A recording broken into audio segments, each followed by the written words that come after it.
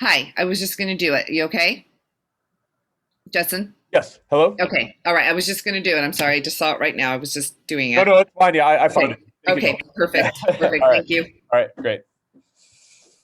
Haven't seen you in that room in a while, Judson. I know. By the way, I was talking to your next door neighbor today, I saw her. Yeah. who agrees with me that those two kids are so adorably cute that they must take after their mother. Indeed, indeed. Yeah, it's funny. They're, her and her husband's also one of the labor leaders. Yeah, yeah. So, And I told her that the best part of us all being quarantined for the last year was that I'd go to board meetings and your kids would come jump on your lap in the middle. oh, thank you. Appreciate that. Those are good times.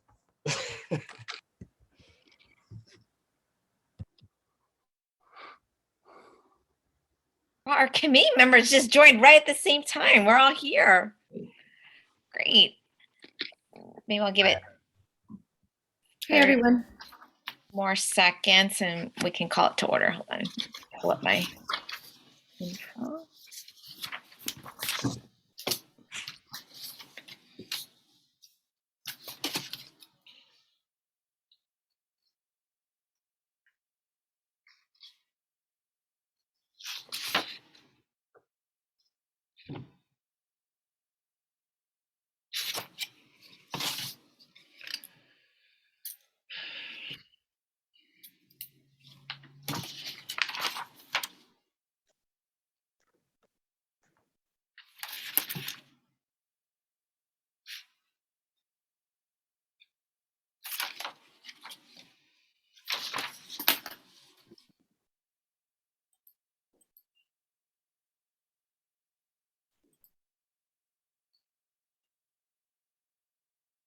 All right.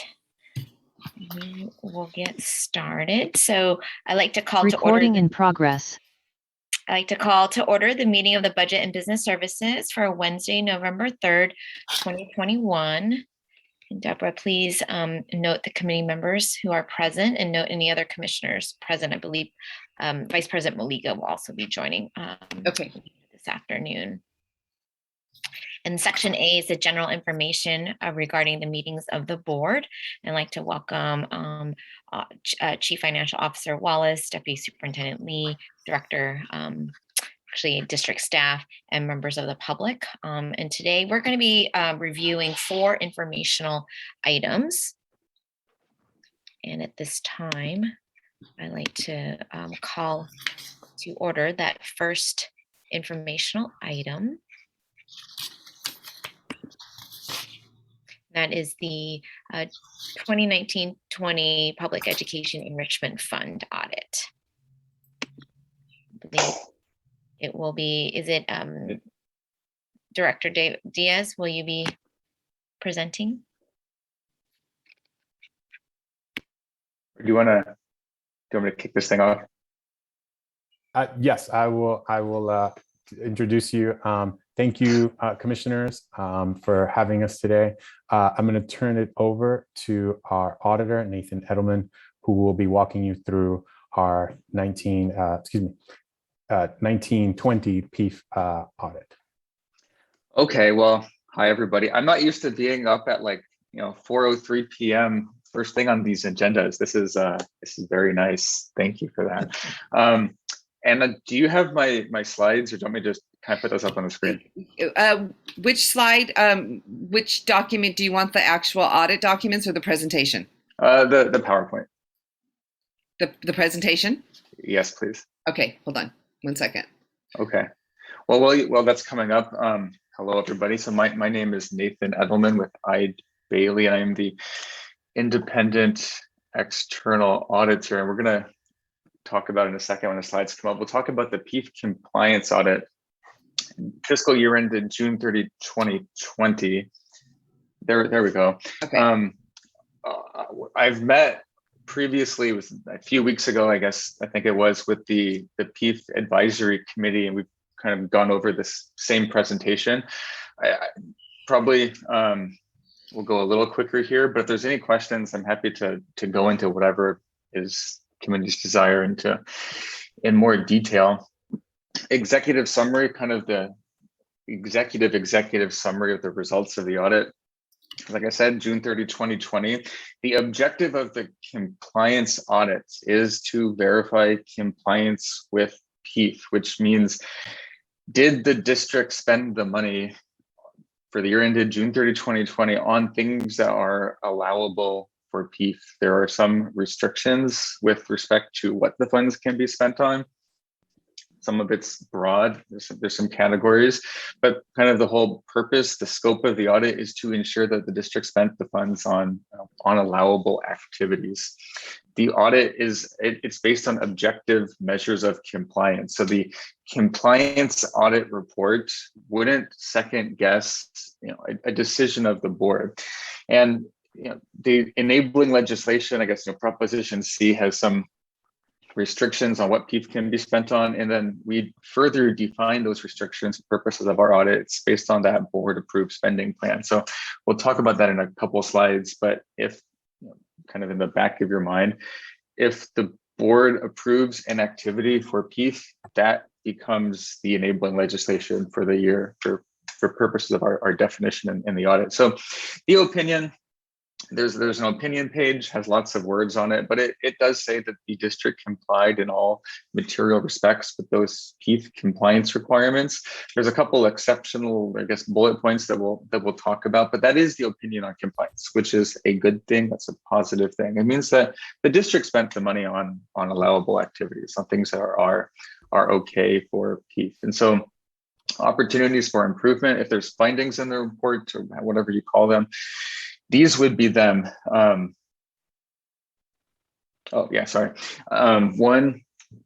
not all of the expenditures could be matched to the spending plan.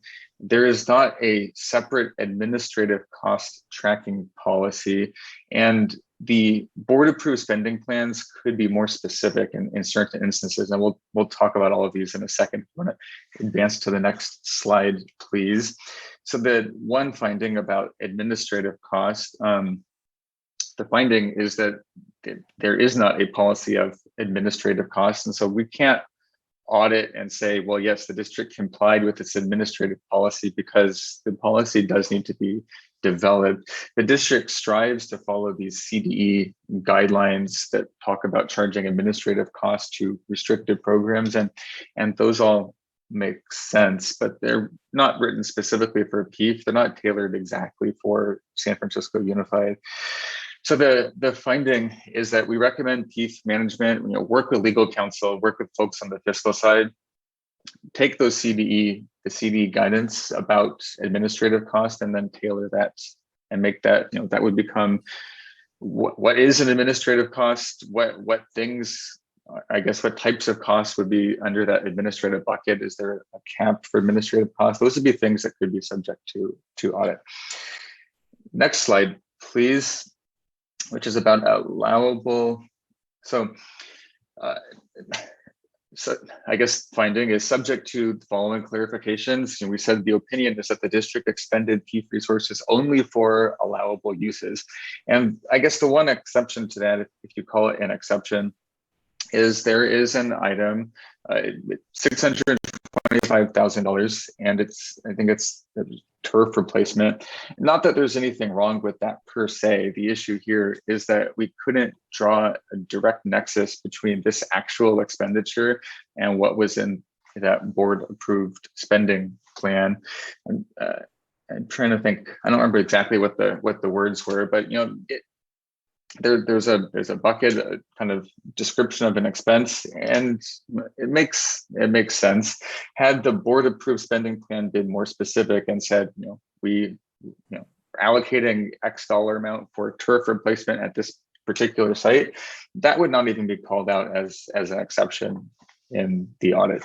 So like I said, the issue here isn't the spending itself, it's us being able to draw a clear nexus to what was approved by the board.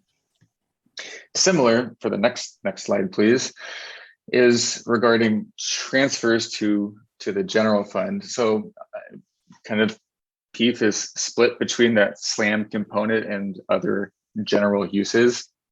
and the district can certainly transfer funds into the general fund. But similar with the turf expenditures, we need to see that that was called out, not just the transfer, but the dollar amount called out on the board approved spending plan. So transfers to the general fund, in this case, it was 12.7 million. Those could not be agreed to the board approved spending plan because the dollar amounts were different. And it's totally normal. It's common that there are budgetary revisions throughout the year. Nothing wrong with that. Our recommendation is to explicitly define the delegated authority of management within PEEF to move things around mid-year. And then we'd also recommend kind of define those reporting requirements. Essentially, when should the board be made aware of budgetary changes? And I think also, just if you were to ask the folks at the district, I believe they'll tell you that these changes were communicated to the board. There's presentations that talk about them. But when we look at, I guess from an audit perspective, we would want to see an explicit approval saying, here's what needs to be changed, here's the reason why, whatever that is, but then there'd be an approval by the board saying, original amount authorized was X million, new amount is 12.7 million. Next slide, please. And then just the other findings in the audit very quickly. The accounting records are completely inaccurate. There's no question about that. Every dollar that runs through PEEF is traceable through the accounting records and can be traced into some kind of source documents. The allocation between SLAM component and that other general use, there's math behind that. That is done correctly. There's a charter school allocation. We looked at the math behind the allocation. It is consistent across years, consistent across charter schools. It's an accurate allocation to the charters. And then there was a finding, I think it was last year, about the district retaining some of the support for the reimbursements that went to charter schools, and that was resolved. There was no such issue in the current year. These next two slides, I guess the next slide, please, go over this super quick. This is just a clipped out balance sheet of what the ending fund balance of PEEF looks like as of June 30, 2020. Like I said, PEEF has separate accounting records so that the district can present separate financial statements. The next slide after this is similar picture, but it's an income statement. Given that this is as of June 30, 2020, it's probably not super relevant to the committee, but the financial statements, kind of summaries version financial statements are within the report. So with that, you can turn off the screen share, please. But that is the rundown of the compliance report. So I'll turn it over to the group, to the committee, if there's any questions or if there's anything that you'd like me to go into more detail. I'm happy to do so.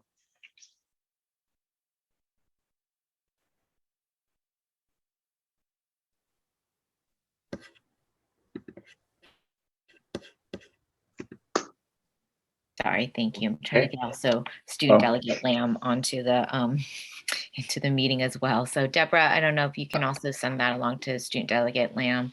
Okay. Trying to log in. At this time, I'd like to open up for public comment before we go into discussion with commissioners. Okay.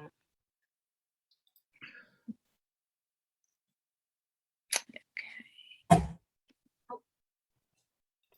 see that there's one hand, so I'll go ahead and do that while Deborah's trying to bring in additional student delegate Lamb.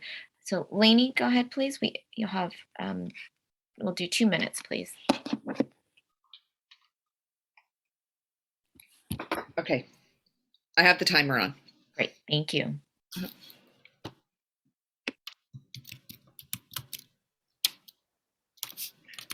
Does she need to be unmuted, Commissioner? Yes, please. I can't see. Yes, please. Okay, hold on. Let me get back to the meeting. Hold on. I got it, Deborah. Okay, got it? Okay. Go ahead, lady. That's on. Okay, here I am. Thank you. Sorry. No, it's okay. So Lainey Matomedy with the PFCAC. I just wanted to let you know that I'm here, and we were very appreciative of Mr. Edelman's audit conclusions, and we did have an opportunity at our last PFCAC to discuss them, and we share a lot of the concerns or areas for opportunities for improvement. These are areas that we have been talking about as a CAC on an ongoing basis for several years. And we definitely welcome the opportunity to better understand what actually happens throughout a year when there are deviations. CFO Wallace has been transparent about transfers and so forth.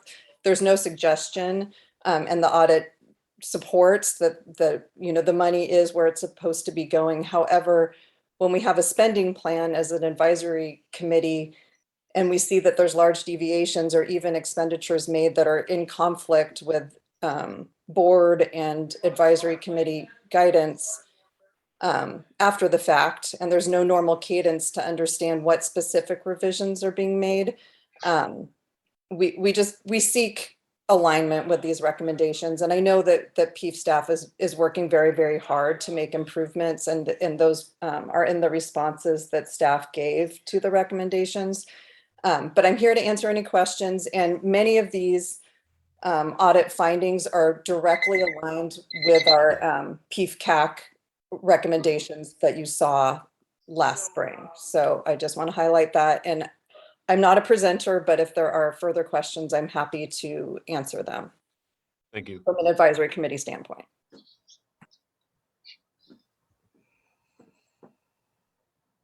I don't see any other hands, Commissioner.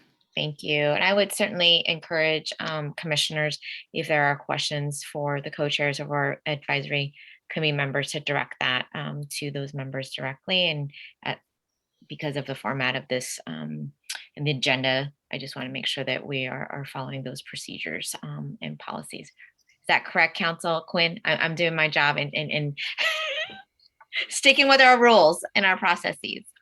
All right, so with that, thank you again, Lainey, for your public comment.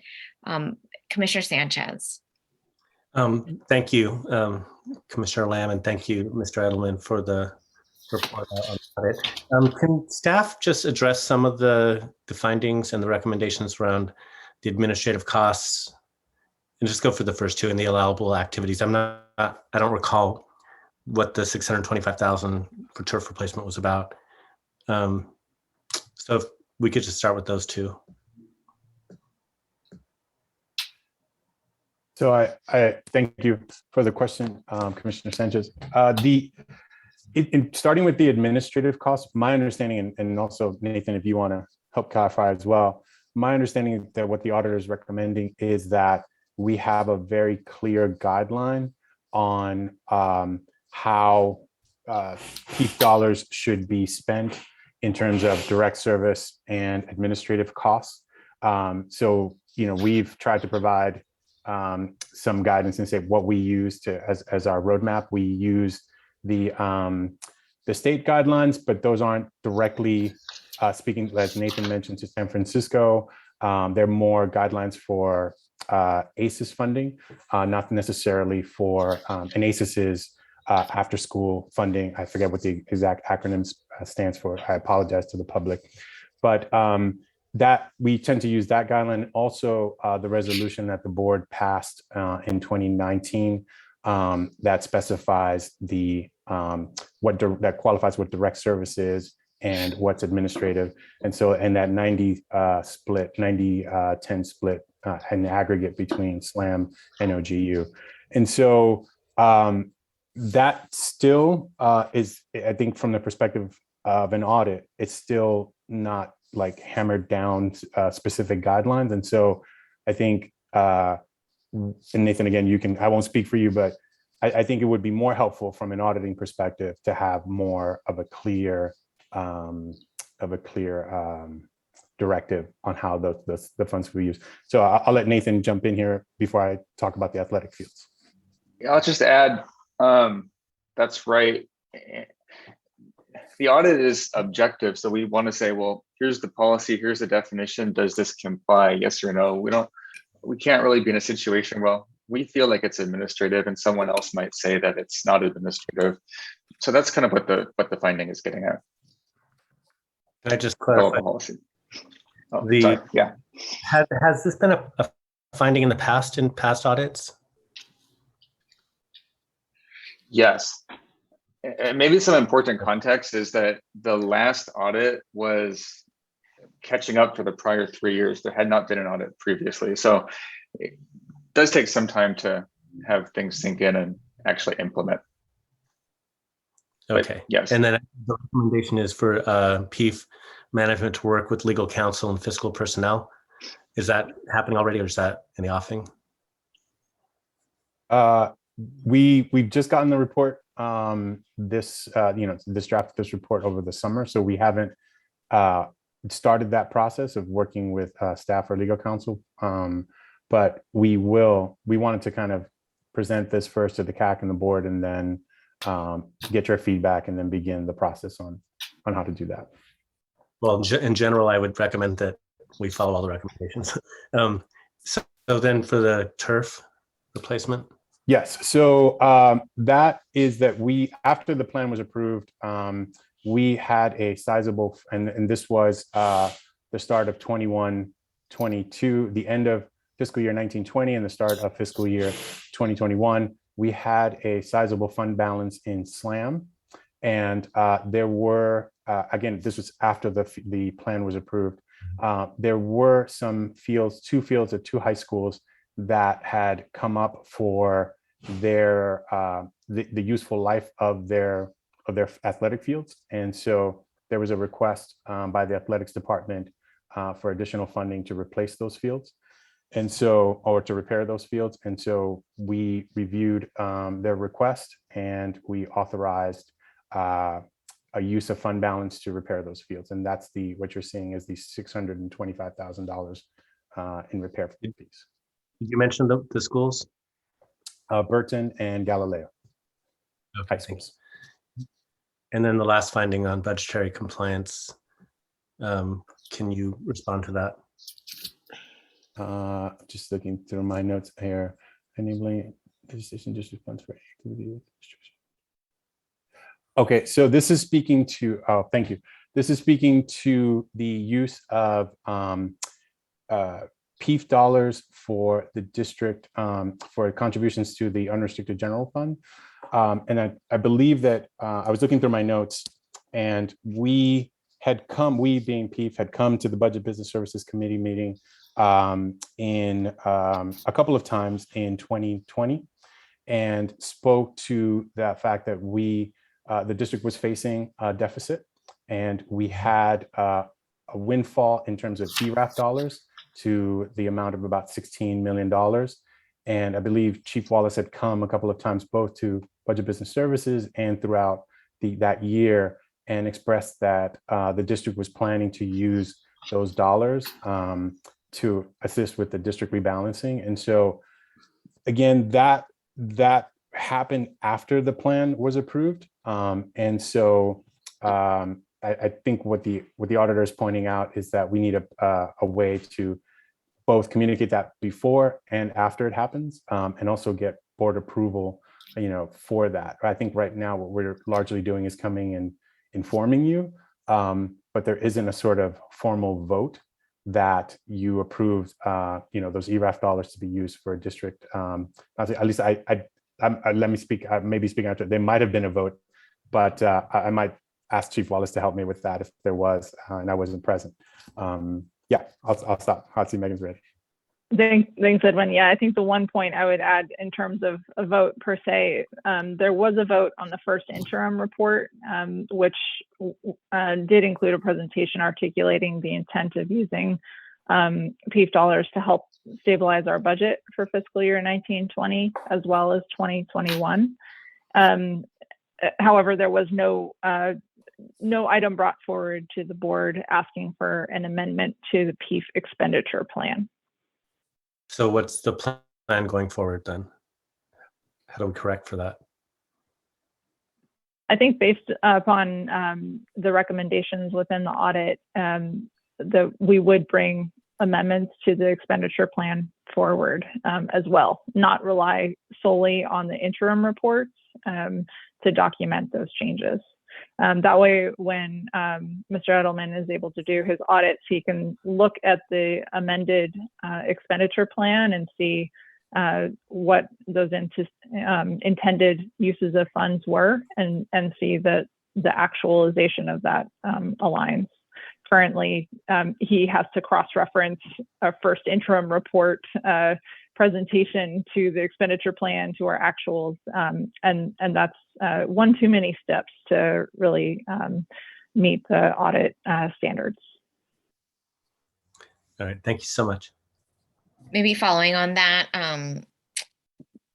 Megan, for a recommendation then, if for a correction or a new additional process, bringing that any amendments to expenditure plans, I would recommend, or we can talk with staff following this meeting, like would that then be brought to Budget and Business Services first, to have a discussion, and then onward to the full board. So that's I would like to just flag that to note for discussion. Yes, my recommendation would be that we incorporate the request for the amendment into the first interim report approval. So maybe we could have a clause added to the resolution that states, and amend the fiscal year 2021-22 PEEF expenditure plan to reflect X change. That way, I guess I hesitate to bring too many items forward if we're talking about changes in the expenditure plan in the context of an interim report. Perhaps we can streamline that approval so that the expenditure plan amendment is part of that first or second interim approval as well. I see. So, yeah, I just wanted to be able to correct that. If it is between the first and second interim, it was just that it was noted that there was amendments essentially made, within that period in the spring that we didn't get that review. Is that accurate depiction, Megan? I'm sorry, Commissioner Lim, you mean but at the time of the interim report approval, or between the second interim report approval and the end of the year, or? Well, that's why I'm trying, to catch up there, right? So what the explanation was that the amendment came after beyond that interim report, but my understanding was that now your recommendation is to have that within the second interim report, just so I'm clear about kind of that timeline. My recommendation is that if a change is being proposed to the expenditure plan, we bring that forward at the time of an interim report. So be it first or second, that would be the window that we would document those changes for the board, and make the change in the expenditure plan at that point in time. I think if a change were to be proposed between the second interim report and year-end close, then I think that would warrant a separate item that's specific to the change in the expenditure plan. Understood. Thank you. Commissioner Alexander. Yeah, thanks, Chair Lamb. I have a couple of questions. So first of all, with respect to the administrative spending, I recall that during the expenditure plan for this year, at least, there is an indicator of, I can't remember the categories. It was like direct service, and then there were some other categories, but those numbers were wildly inaccurate in the plan that was presented to the board. And I asked about them, and I happened to be familiar with some of the departments that were being funded. These were central departments, and they said like 99% of the funding was direct service, and the vast majority of positions were people in central office who support people in school sites who do important work, but it was not direct service. And so I guess I'm just very concerned that's been flagged as an issue around administrative spending. And the PEEF office has accepted these inaccurate reports from central departments. And I guess I'm just curious, sort of what's our plan to remedy that? And has that been corrected for this year? Like, do we have an accurate, for this year's spending plan, do we have an accurate sense of what's actually direct service and what's not? Thank you, Commissioner Alexander. I remember you mentioning that at, when we presented the plan for approval. And we had also met for a little bit beforehand, and I remember you bringing that up. Just to give some context to the public, the way we prepare the expenditure plans is there's a budget and a narrative portion. The budget portion, each program self-identifies which of their staff members are doing administrative work and which of them are doing direct service. There are some folks who are both. They work in the central office, but also provide service to students. And so we have been counting that in the past as direct staff, where we realized, based on your feedback, what we need to do for the next expenditure plan process, not for this one that just passed, because we're currently living the expenditure plan that we passed in the spring. So we would be looking at 22-23, fiscal year 22-23. What we need to do is add a way for programs to identify how many hours staff is spending providing direct service to students and how many hours they're providing direct service to staff, and then calculate how much of that, of their time is actually, it's money, how much of that time is actual money. And so we'll get a better picture of what is actually direct service and what is actually administrative costs. So we'll be able to do that in this cycle of the expenditure plan based on that feedback. Unfortunately, we currently are where we are. We could go back and ask staff to do that for the current plan. We could also do that if that's something you'd like to see. But we will definitely be course correcting for the expenditure plan for fiscal year 22-23.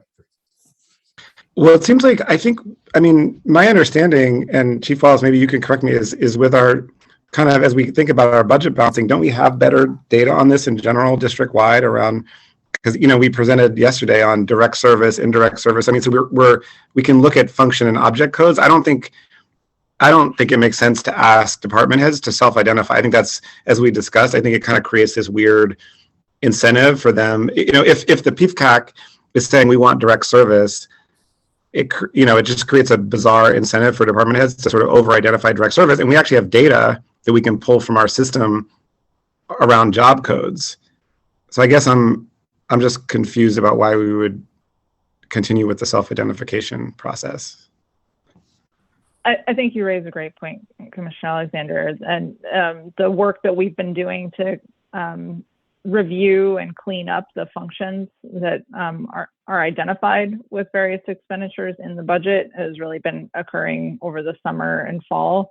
So that hasn't been incorporated into the PIF expenditure plan just yet. But I think that going into 22-23, we can definitely change our approach of having that self-identification versus working with Director Diaz and the budget team to make sure that we're having consistent approaches of using the functions identified within the budget as opposed to staff reporting on their own. And so would that help address the issue with the audit around the admin costs? Because then I think you could start to identify, right, what is direct service and what's administrative and what's indirect, right? Yes, I think that overall, as we've discussed, we need to build in that practice of relying, kind of paying more attention to that function codes overall. And now that we're doing that work, I think you're correct that that'll both improve the accuracy of the type of services that are being provided from different parts of our budget and allow us to report more accurately. Okay, that's great. And I'm glad that got raised and flagged. I guess my other question is around the involvement of the PFCAC. And so just to use the turf fields as an example, was that expenditure approved by the PFCAC or did they give input into it? No, we did not share that specific information with the PFCAC prior to making the probably to approval of the expense. This year, though, we are going to work with the PFCAC to make them aware of any uses of fund balance and get their input on those uses of fund balance. And we'll also do that with the board, and we'll present that at the interim reports. So what was your thinking in not involving the PFCAC? I guess because, I mean, I just happen to know that the PFCAC for years, has been really concerned with how the spending goes. They volunteer their time to do this. And I guess I'm curious, what do you see as the role of the PFCAC if we make an expenditure like that maybe is sort of on the border of, sounds like, was it an allowable use or not? It seems like a community advisory committee would be the logical place to go. And so I'm just curious, was there some sort of breakdown internally around that? Like, why didn't we consult? I actually think that's more important than consulting with the board, right? Because if the PFCAC that we, as a board member, I appoint my members of the PFCAC, I trust that they're going to kind of do this oversight work. And so I guess from a process point, even more important than coming to the board would be checking with them and saying, hey, is this kosher? Does this fit with the spending plan? So I guess I'd just love to learn more about why that didn't happen and what was staff's thinking on that. Yeah, I think we as a staff work in conjunction with the co-chairs to set the agenda. I think what's been happening is that we had other areas of focus throughout last year where I think there were other priorities, and every month we provide a sort of a fiscal update of where the finances were, and I think we were giving larger picture information about the finances and where the revenue was declining and wasn't declining, and what shifts we were going to make sort of as a bigger picture rather than focusing on individual moves that we were making throughout the year. But we also heard the CAC say, both in the spring when we approved the plan and at the beginning of this year, we've heard that they have an interest in knowing those smaller moves as well as the larger overall bigger picture. And so we hear that, and we're going to work on providing that information moving forward.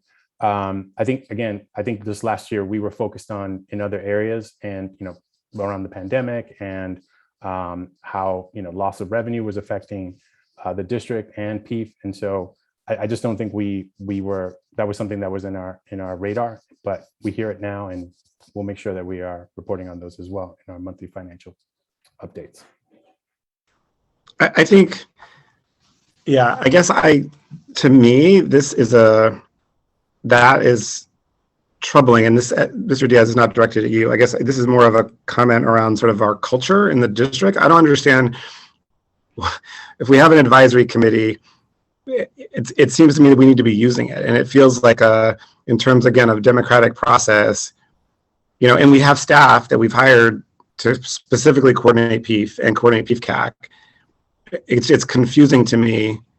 Like, for example, I don't understand why didn't they help present this information here? Like, we put a lot of energy and effort into creating these community advisory committees. We, board members appoint people, and then if we kind of leave them out of decisions, I mean, then we get an audit finding like this, that it's maybe a problem, right? I think this seems like the kind of thing that the PEEF-CAC probably would have flagged. I mean, my understanding is that they actually had raised concerns in the past about infrastructure spending with PEEF funding because, because we have bond money, for example, that could have paid for those turf fields. So, like, and again, I'm not saying it wasn't right to use the money for the turf fields. Maybe that was the right decision, but it seems like a community advisory committee would have been the perfect ones to say, hey, could this have been paid out of bond money? What's the deal with that? To the fact that conversation never happened, to me is very, very troubling. And I guess I'd like to hear from Chief Wallace or Deputy Superintendent Lee, like, what are your thoughts on this? Do you think are you okay with that? Do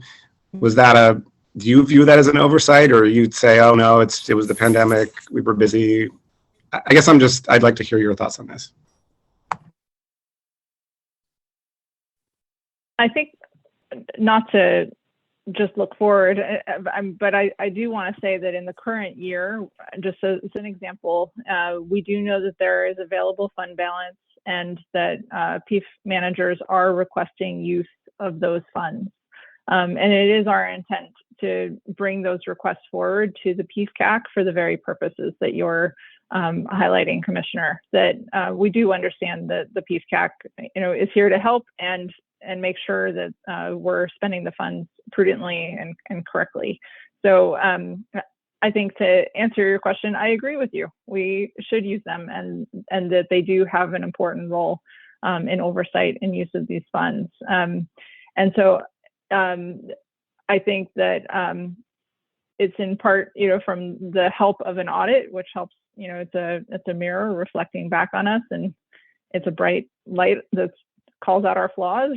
And so we're taking the highlight of those flaws and working to improve on them. Because I forget the exact thinking of moving forward without PCAC approval, specific approval on this request for the turf fields, but moving forward, knowing that the fund balance in particular, just for example, for SLAM, there are trade-offs of using those funds to, for example, one of the requests is to use the funds to restore libraries that have had a significant loss in their supply during the pandemic as books were loaned out to students. So one of the requests is to use fund balance to rebuild the libraries. Other requests are, kind of pandemic specific around addressing instrument needs and for students. So those are things that we've been asked for, and we recognize that the PFCAC should be updated, that there are those requests, and talk about trade-offs of using those funds now versus reserving them and allowing those funds to be built into future expenditure plans. I hope that helps. I guess basically I agree with you, and that's the path forward. Well, and just to clarify around this too, just one last question. I mean, so what was your thinking in not having the PFCAC present at this meeting, for example? Because again, that would have maybe, like if we'd heard from the PFCAC saying, hey, look, this audit has been, we're ready to move forward. We've because they're the ones, I mean, I've talked to my appointees and others on the PFCAC, because again, I trust them to do their work, but then we check in from time to time. So some folks I talked to seem confused as to why they weren't invited even to present at this meeting. So I just think it's an ongoing problem. I don't think it's been solved. And I fear that it's a cultural problem, and I don't understand why. Like, to me, it seems like we ought to be actively engaging our community partners. Like, it shouldn't take an audit. It shouldn't take me haranguing staff at a meeting for us to get the PFCAC really engaged in this and feeling like they're kind of being trusted, as opposed to having to drag information out of the district. So I don't want to beat a dead horse any longer. Sorry for the bad metaphors. But anyway, I just hope that we can actually use the community advisory committees for the purpose to which they were intended.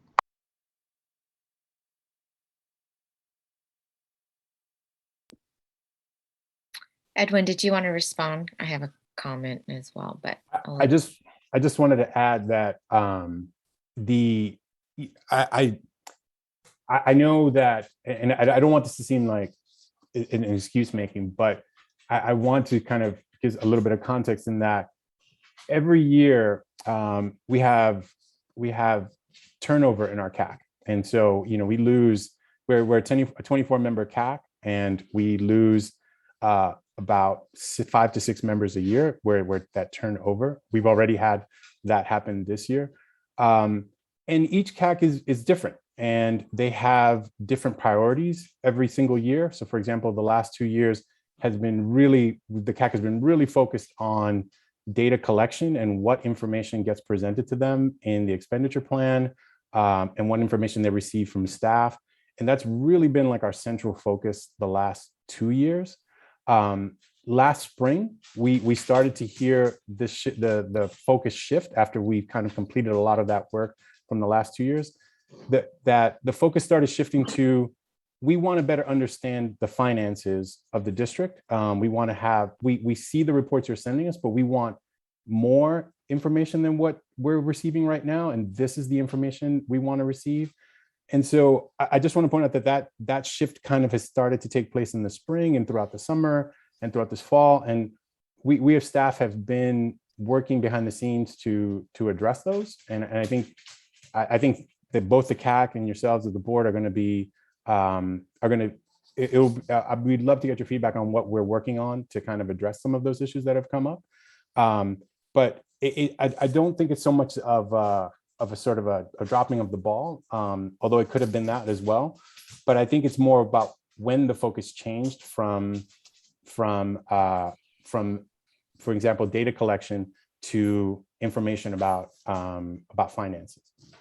Okay, well, that feels really different. I don't know, is Lainey still here? Because I mean, that feels actually really different from the characterization that I'm hearing from CAC members. So I think it might be, I don't want to take up more time, but it might be fruitful to try to clarify. I don't know, Chair Lamb, if you want to. Still here. Yeah. Do you want to respond to that characterization, Lainey? Well, I want to just pause because I want to be can't. mindful about, Council Quinn, I just want to make sure that I'm within our rules. I think the chair has discretion to decide what comment to allow in addition to the commissioners. You're certainly within the scope of your agenda, which is, I think, the primary concern. So it really is a matter to the discretion of the chair. Okay. Commissioner Alexander, can you repeat that question? And I'd like to allow Lainey to respond. Yeah, sorry. My question was just that I feel like Mr. Dez's characterization is that he just gave was very different from what I'm hearing from the CAC, some of the CAC members. And since one of the co-chairs was here, I was wondering if she would offer a perspective. Because again, and this isn't an intent, I just think it's important for us there to be clear communication about what's going on, what's working and what's not, so we can, which I think is what everyone wants to move forward effectively. I mean, I would just say that I think that the CAC has been, well, a couple of things. I want to say that the CAC, while we do have some turnover each year, we've continued to meet throughout the pandemic. We meet consistently, we meet quorum. We, I would say, I believe a well-functioning advisory committee, and the folks that are there are ready to roll up their sleeves and work. So while there may be turnover on the CAC, the functions of the CAC remain upheld. And I think we've continued to push. I do believe that we've always wanted to know what the expenditures were being used for.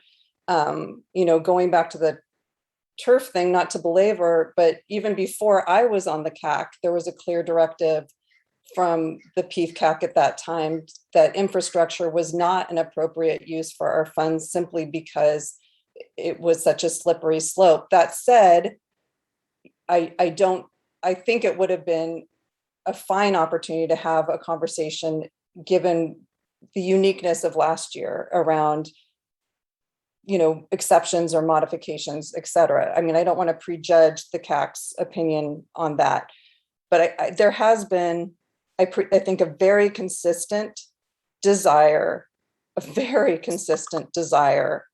among this CAC to understand, and by this CAC, I mean general as a body, not the specific individuals seated around the table, to understand and uphold what the voters approved, the intention of the PIF funding, SLAM and OGU, and also to uphold what the board has directed us to do. And the board has been very interested in things like, administrative versus direct and indirect, and passed a resolution that even memorialized their interest in that. So I don't think that this is new. I think I'm 3.5 years into the CAC. And if you look back at our PIF-CAC recommendations, there's very consistent threads that we have highlighted.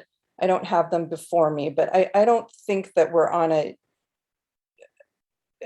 departure from any trajectory in the past. And furthermore, I have requested repeatedly that if there is something specific to the PIF-CAC that comes before the budget committee, to please flag that, which we are now doing. But in this case, I do think it was an unfortunate oversight that the PIF-CAC was not invited to attend. And I would like to request that when there is items that are specific, especially since we just put forward a data request to staff that is related to the audit and did inform the audit, that we have the opportunity to present. So I guess in conclusion, I would say this: we are a really active volunteer body who cares very deeply about this district and about the students it serves. I want to say that this goes back to the students. It's not about the money. It's about making sure that money that gets allocated to athletics is getting allocated in the way that getting used in the way that we understood it to be used, whether, it's arts or MTSS supports, et cetera. So, please let us serve you and please let us in, especially given where we are in the budget. I think the more opportunities to hear from the community, especially those that have spent the time to become really knowledgeable, please invite us in. And what we see in PEEF, it's not special to PEEF. I think that the learnings here could be expanded to other aspects of the budget. So thank you very much for the opportunity to say a few words. And I appreciate it. Thank you, Lainey. Deputy Superintendent Lee, I think you had raised your hand earlier. Did you have something you wanted to add?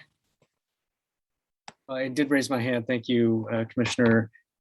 I think what I was motivated to say is sort of on the point of engagement, and Ms. Matamati commented on this a bit. And I don't know if this is, I don't want to be argumentative about a point that Commissioner Alexander made, but I heard perhaps, inadvertently that one comment could be interpreted that the PFCAC is not,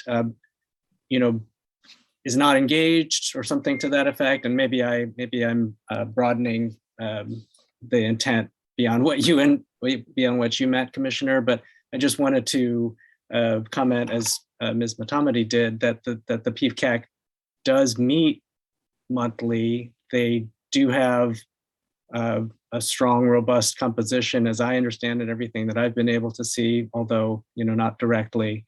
And they have very substantive discussions. So I know you're commenting on specific aspects of the work and the information and the role that they play, but just in a general sense, I just did want to chime in that they do seem to be a very active body and is quite engaged. And I think the only other thing that I wanted to say is, in terms of the role of the PFCAC, and this might be a source of some of the inadvertent disconnects here and there, but the PFCAC, their role is not to approve, quote unquote, the expenditures. Their role is to advise on the expenditures and to be able to make recommendations and observations to the board about the expenditures. So that's certainly true, but just in a sort of maybe in terms of terminology, that is not the charge of the PFCAC to formally approve the expenditure plan. Just to clarify, Deputy Superintendent, I definitely know that the PFCAC is engaged. Like I said, I've appointed several members. I've talked to several other members who I didn't appoint. My point was not about their engagement. It was around their frustration at not being able to be as engaged as they wanted to be because staff wasn't offering that opportunity. And the examples that I meant was like they weren't asked about the turf fields. They weren't invited to present at this meeting. So I think they want to be more engaged. They're like Ms. Matamati said, they're volunteering their time to do this. Let them do their work. That was my point. So I hope it didn't seem like I was trying to criticize the PFCAC. Far from it. I think my critique, if there was one, was of our staff's inability to engage them at the deep level that they want to be engaged in. And I don't think they were asking to do approvals. I think they were asking to do their advisory job. And I think that they were, and that because they weren't asked, we got an audit finding that was troubling. So I guess that was my point. And I just hope that our staff can utilize these advisory groups appropriately, and not. It's frustrating to me to have folks volunteering their time and then feeling like they keep having to ask again and again and again for things to be involved when actually they should have been engaged from the beginning. That was more what I was trying to say. Thank you, Commissioner. Appreciate that. And if I may just make one comment on behalf of the PIEF team, definitely I hear them acknowledging and Chief Wallace acknowledging areas for improvement for sure. And I know they also spend a fair amount of time in working with the PIEF-CAC, in staffing the meetings, responding to their questions, and doing that in good faith, making a good faith effort, and not to say that these requests and suggestions should be disregarded at all. And I think we all agree, as Chief Wallace and Mr. Diaz said, that there's a lot of great ideas to continue to make improvements on, and definitely appreciate Ms. Matamati and the other members of the PIEF-CAC for being so engaged, as you say. But just wanted to also thank the team for their efforts in staffing the PIEF-CAC as well. Thank you. I'll just make a couple of comments, and I also have a follow-up question. I have also met with my appointees, and I think the learning here clearly, and I don't want to, I just also want to agree with the feedback that has been given, not only with my own appointees have expressed, frustration or continuing to want to be engaged, and also acknowledging and understanding their role as advisor. So I have mentioned numerous times, I was the co-chair, served on PIEF-CAC for 4 years, co-chair 3 out of those 4 years. So certainly understand that the role of the CAC and what that experience is. And so I think now, given the CAC has expressed, wanting to dive deeper and understand a more holistic view of the district budget. I just want to ensure that staff is working with CAC so that the responses of the questions that they continue to bring, and Lainey, thank you, as a representative CAC, I think being able to name, wanting to be engaged, not only not to be surprised when agenda items come up, that they weren't particularly aware that they were going to be in front, of the items of PIEF, both either at committee or even at the full board. So at the full board level. So all to name that it is a +1 of some of the concerns that have been raised from Commissioner Alexander, and also because of the conversations I've had with PIEF-CAC members as well. And I look forward to those improvements moving forward. So related to one of the recommendations of the audit, for staff to work with council to put forward an actual policy, I wanted to get clarification on what that timing looks like moving forward, and what that process is, and if that would go potentially to, would that come to budget? Potentially, would that go to rules and policy? So just understanding what that path forward looks like, and to make sure that we hit the targets that we need to make sure that we have that policy in place, so that we're not, so we make sure we address it before our next audit review.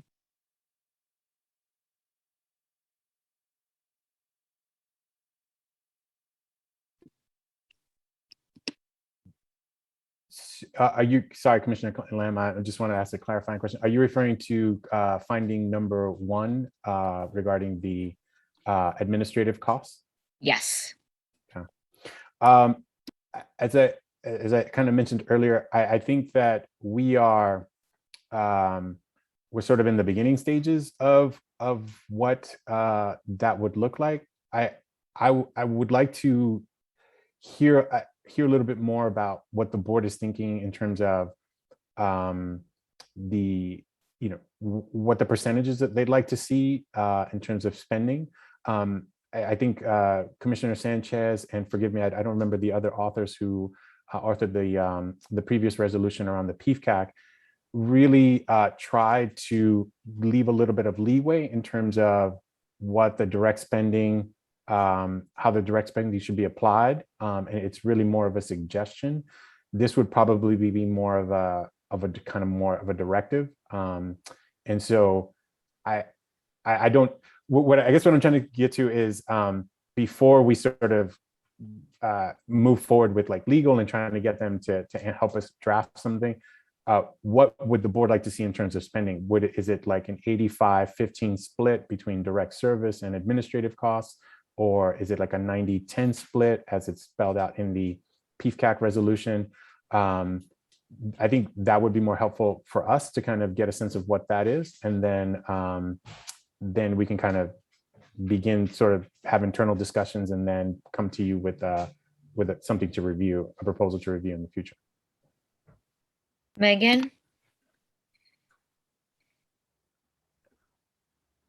Thank you, Chair Lamb. I think in addition to, I agree with what Edwin was just saying in terms of wanting some more guidance, but I think some other context before any committees act or even the board acts to consider does include consideration of how PEEF, other general use funding, fits into the larger context of our district budget. When we're talking about zero-based budgeting and the resources and the various revenue streams that are coming in to support our budget, the recommendation of staff is to have other general uses be part of that larger picture. And so the degree of constraints that are applied on the use of OGU will, I think, provide another hurdle within that balancing plan.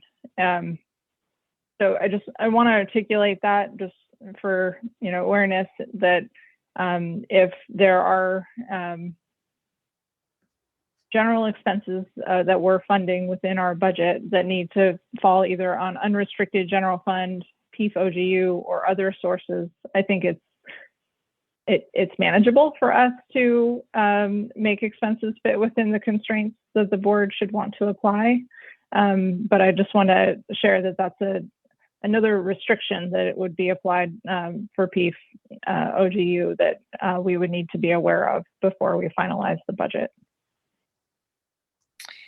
Yeah, I think, Megan, this was also in response to that policy from the audit recommendations. Certainly I understand what you had just named, but I think ultimately we do need to land on, a more specific guidance policy around that admin and, direct, impact or direct service within the students. And as we had raised earlier, that we are doing that work now through the zero-based budgeting. So I think, I would actually want to work with staff, and certainly if Commissioner Alexander and Sanchez did, co-author that the resolution, to be able to work with staff on sharing some of those ideas, or we could have it here in the Budget and Business Services as to have that discussion, that full discussion as well.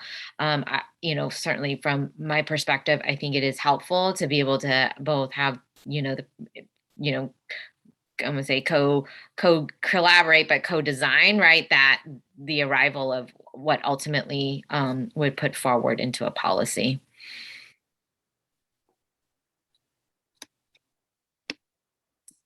Any other final comments?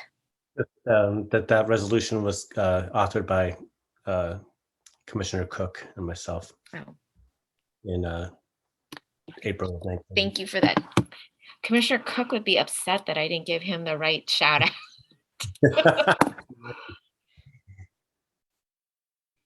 Okay, thank you. Any other additional comments? Okay, and I think staff, you have some clear next steps. Thank you to the team, and thank you, Mr. Endelman, for your work in presenting this afternoon. Thank you. So we will move into our next agenda, our second agenda item, which is the Medi-Cal resolution update. And I believe it's Melly Smith, our staff presenter. Or thank you, Megan. Thank you so much. So this evening, actually, Marcy James from our Medi-Cal office and I will be leading on the presentation. However, Chief Lau Smith and other staff from the district, I believe Orla O'Keefe and actually I'm just double checking to make sure I'm keeping track of who all is here. And Archie Foken from the transportation department are here.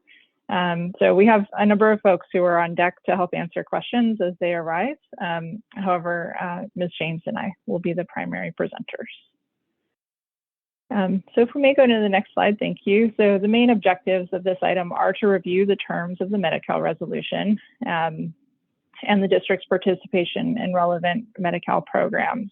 We're also going to provide an update on the staff's work to maximize reimbursements for Medi-Cal as called on by the Medi-Cal resolution.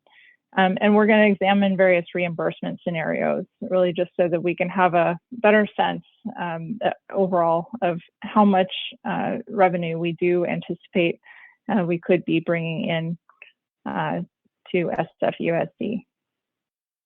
Next slide, please.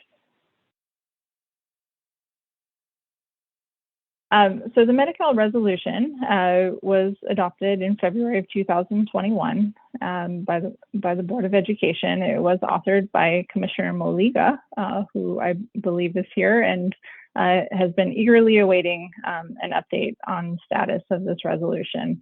I just want to call out some key elements of and primary objectives of the Medi-Cal resolution, and they are primarily to generate new revenue from Medi-Cal billing options programs.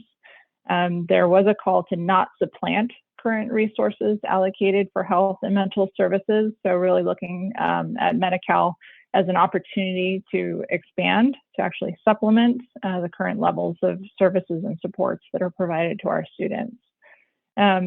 However, it was recognized that revenue can be used to support the administrative costs for the program, including the monthly claims for billing, compiling and maintaining program reporting, documentation, and annual reports.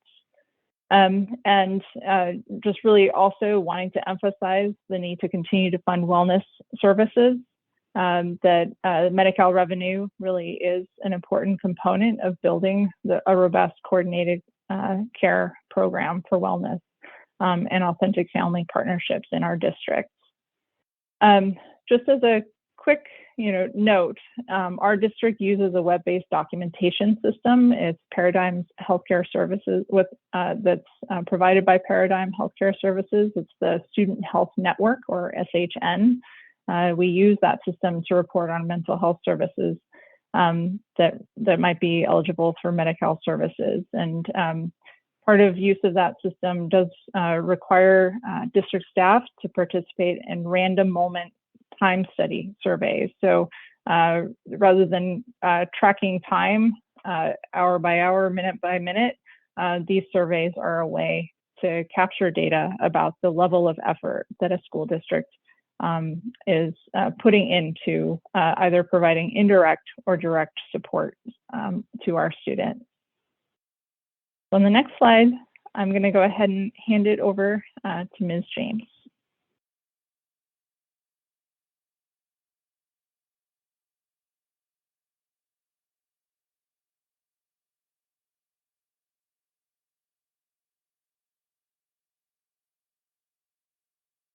I'm going to check in real quick with Marcy.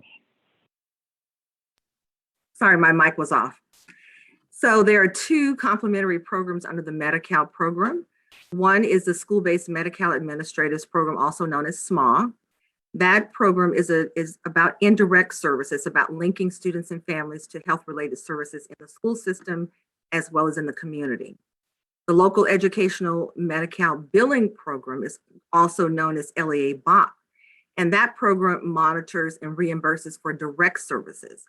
Those direct services are related to IEPs and IFSPs. They are services that link to speech services, nursing services, OT and PT, mental health services in the district. And in order to be able to participate in these programs, staff must random moment time survey.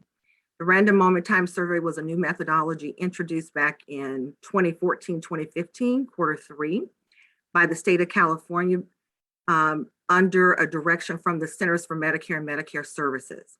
So we used to do a perpetual time log where staff would say exactly what they were doing during certain hours for a certain period.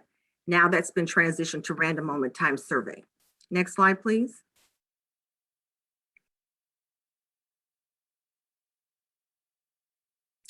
So the history of the reimbursements for the district, we've given you numbers from fiscal year 16 through current.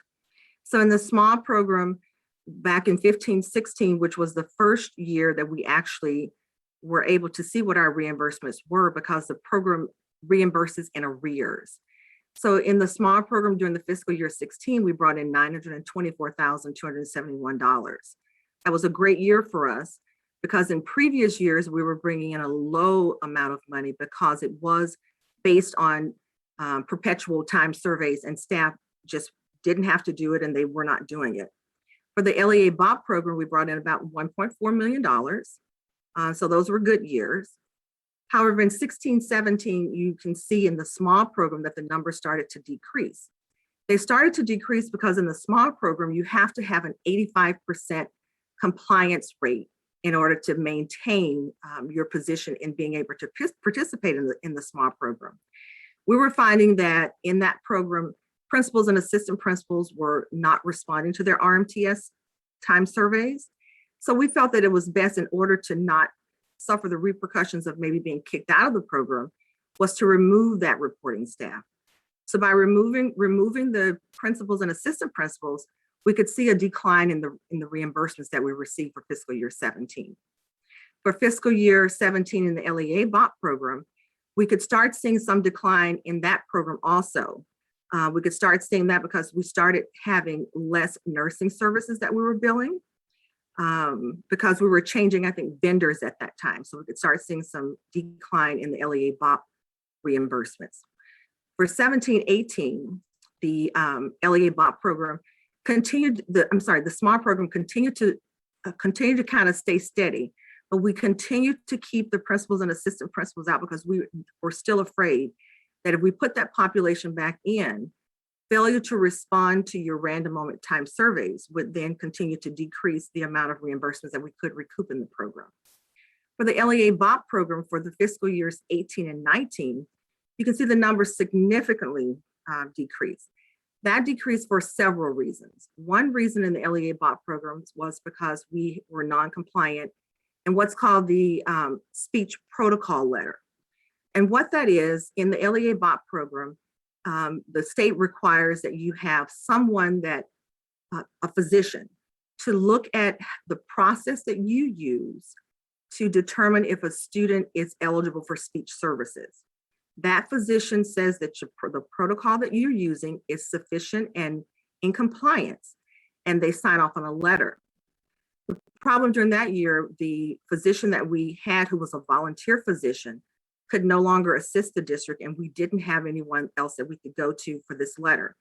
Other physicians that we contacted were wanting to charge us about $800 per student to review the records, and that was just money that we didn't have. Also, the audits for the LEA BOP program are 3 to 5 years in arrears. And so during 17-18, we got a double hit. Not only did we miss out on the physician, not only did we not have the physician protocol letter in place, when they audited our records back from 13-14 and 11-12, 11-12, we had 3 audits in 1 year. We were found to meet all the requirements for having the IEPs.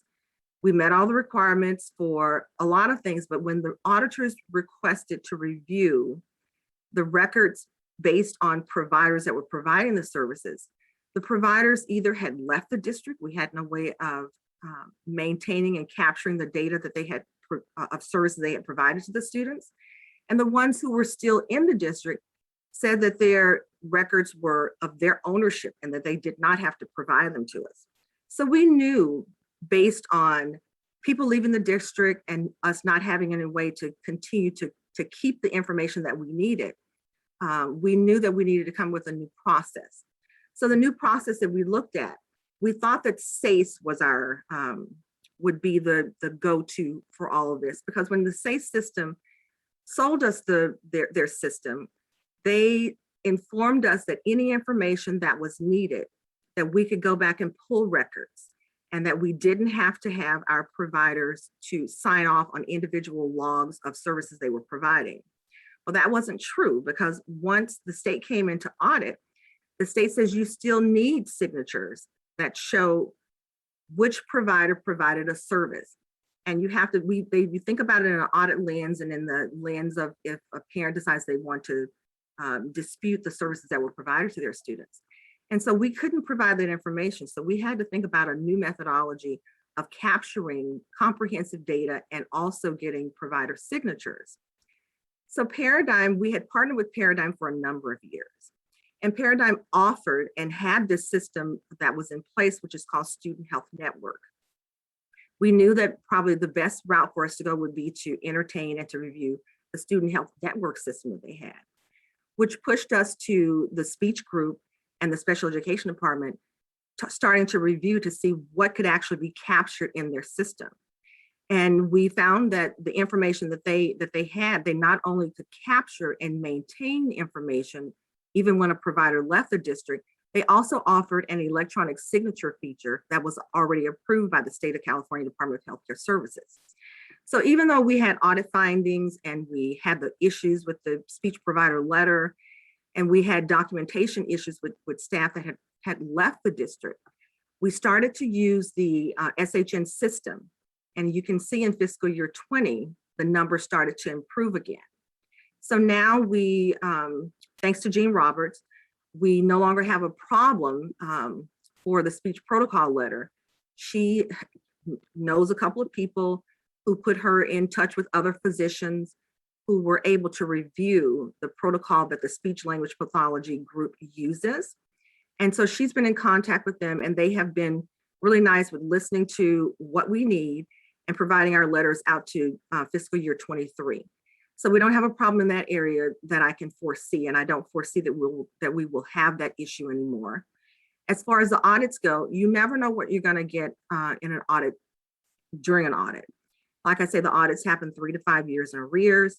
We're hopeful that using the Student Health Network system, that when an auditor comes in, we no longer will have the problem of, please show us the documentation of the exact provider that provided the services. Please show us the signatures, because the system that we're now using captures all that information. And we don't have the invoice information for, the reimbursement rates for fiscal year 21, because the invoices are also submitted in arrears.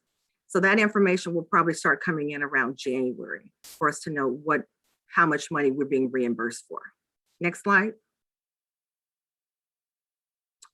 So in improving the reimbursements, we've looked at the program, we've discussed, had many discussions with special education and school health. So the issue that we have in the SMAW program, the issue we have, it says here low volume of staff responses to RMTS. So the state requires all districts to maintain an 85% compliance rate of submitting the random moment time surveys. And if we fail to do that, which we have been in jeopardy a number of times, it can lead to you being asked to not participate in not 1, but 2 quarters. And because the RMTS program ties into SMAW and LEA BOP, that poses a risk for us losing reimbursement for both programs. The action that we have in front of school health and special education is for the managing staff to make sure that they inform the Medi-Cal department when staff has terminated or is on leave, sabbatical, making sure that we have a current roster of staff that is eligible to participate in the program helps to make sure that if a random moment time survey is given to that person, they're randomly selected, and we don't have to go back and say, oh, we didn't know that staff is now terminated, or that staff is on sabbatical leave. In the LEA in the SMA program, you have to have you're part of either a consortia or you're part of a local government agency. So as of last year, we no longer partner with San Francisco Department of Public Health, which was a local governmental agency. We now partner under a local educational consortia. The local education consortia, they have about 11 in the state of California. And the closest one for San Francisco to participate in is Contra Costa County Office of Education. And so when you're participating in the RMTS process and you're part of either an LGA, a local governmental agency, or local educational consortium, you have other districts that are also in these consortiums or agents or these groups. And you must maintain your percentage rate or you bring everyone down. And so that has been the reason that in some points when we realize that we're on thin ice or maybe not going to reach the compliance, we sometimes will take populations out until we can give them additional training so they can understand.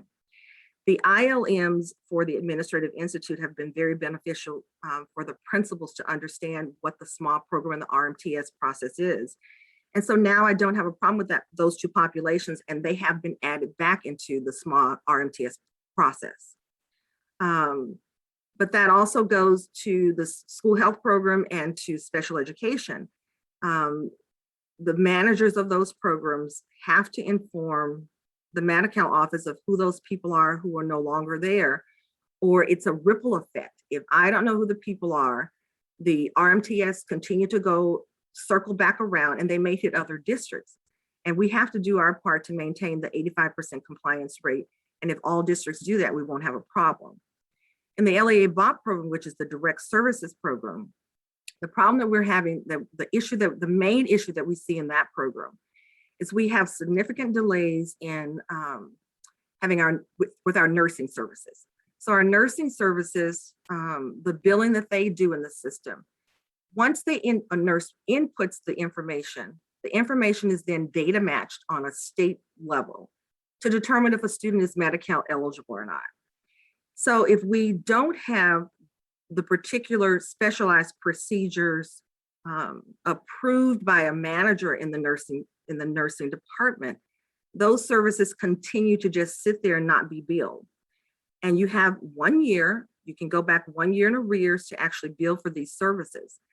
But it can result in a loss of reimbursements, which we have seen for fiscal year 20 and fiscal year 21. We also have a problem with that particular provider group with entering the national provider identification numbers. So this happens. There are specialized procedures that students receive that have IEPs or health plans or 504 plans. And when they have these procedures, the doctors supply an order to the nursing department or to the school health department. And when those orders are input in the system, if the NPI number is not entered, then we still cannot bill for those services because the compliance in the LEA BOP program says that you must have the national provider identification number there. The action that we're asking is that managers in those departments, please review the reports that are given to them on a monthly and some mostly a monthly, but definitely a quarterly basis to help us manage and to clear out those services that have been provided so that we can recoup reimbursements for them. In the transportation department, the transportation services have been turned off probably since 2009. Reason being for that, there are certain things that you have to be able to identify when you're providing transportation services to a student. Not only do they have to have transportation services written in their IEP and or IFSP, they also have to have their origin point, their destination point. We need to know if they receive additional services other than just transportation in the IEP and the IFSP. So from my understanding, there's a new vendor, Archie and I have been talking, there's a new vendor that's Zoom. We have not reviewed the reports for Zoom to date, but he and I are working on that. So we're hoping that moving forward, the transportation services that are provided to our students that have transportation as well as an additional Medi-Cal service in their IEP will be able to be, we will be able to seek reimbursements for those. Next slide, please. So this, I will turn back over to Megan. This talks about the revenue scenarios for a mid-case and a best case scenario. If we make sure that we are in compliance with both programs. So I'll let her take it from here, and then we'll be open for questions if you have any. Thank you, Marcy.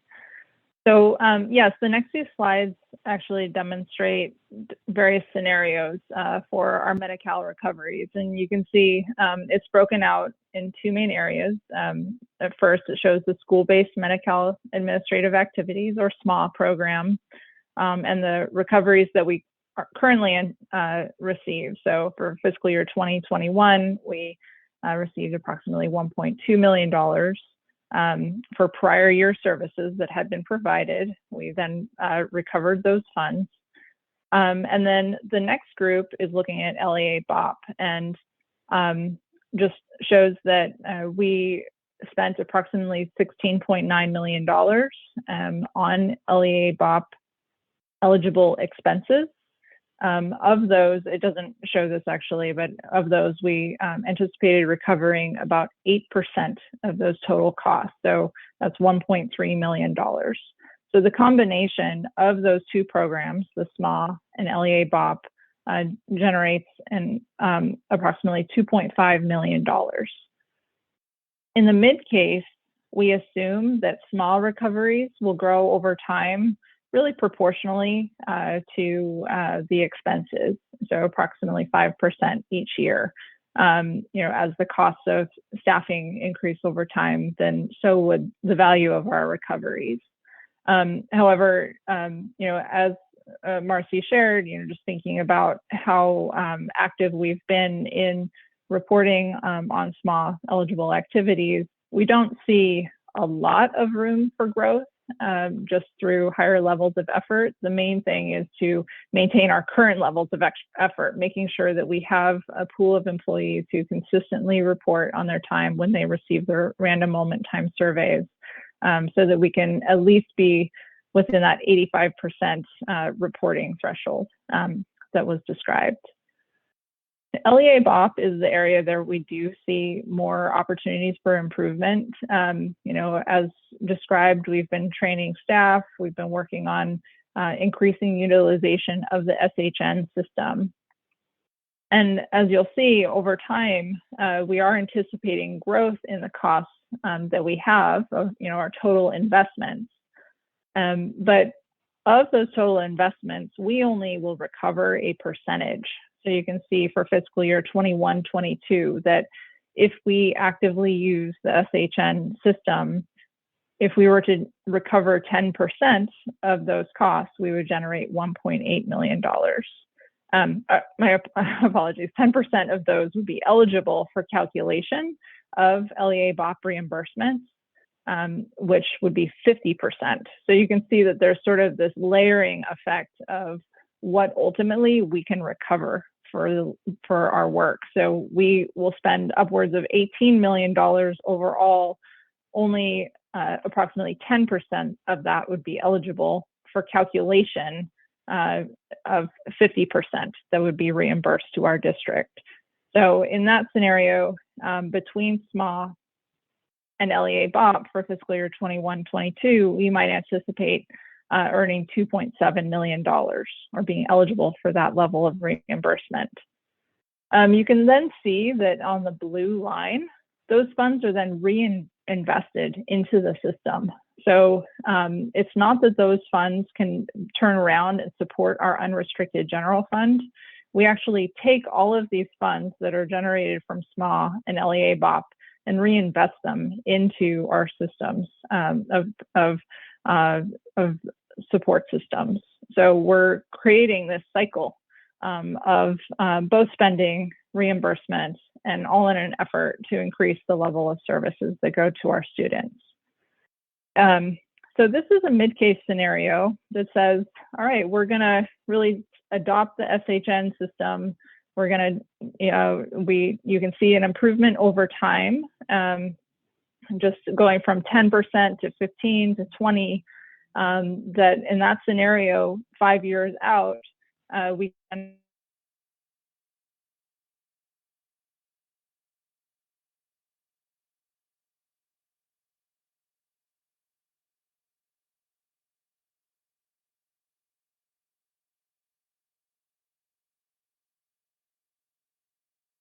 $1 million over 5 years. Oh, I apologize, Bryce. Thank you. This is the correct slide. And the primary change here really comes down to that line that shows the LEA BOP eligible expenditures. So this is a higher degree of utilization of the system early on, and that increases the eligible expenses and allowable reimbursements for LEA BOP. SMA, actually, we just assume that same level. But the thing that I want to emphasize is that Paradigm, who works with districts all around the state, Marcy, please correct me if I'm wrong, I believe across the country, that they advise that $4 to $5 million is very high for LEAs. So when it comes to expectations for our districts and overall level of effort of what we think we can generate from the Medi-Cal programs, I believe that we will aspire to $4 to $5 million per year. Next slide, please. So just in summary, we've provided an overview of the 2 Medi-Cal programs that we participate in. I'll tell you, Marcy has explained these programs to me over and over again, and they're just now sinking in for me. This presentation was very helpful for me to understand the work that goes into not only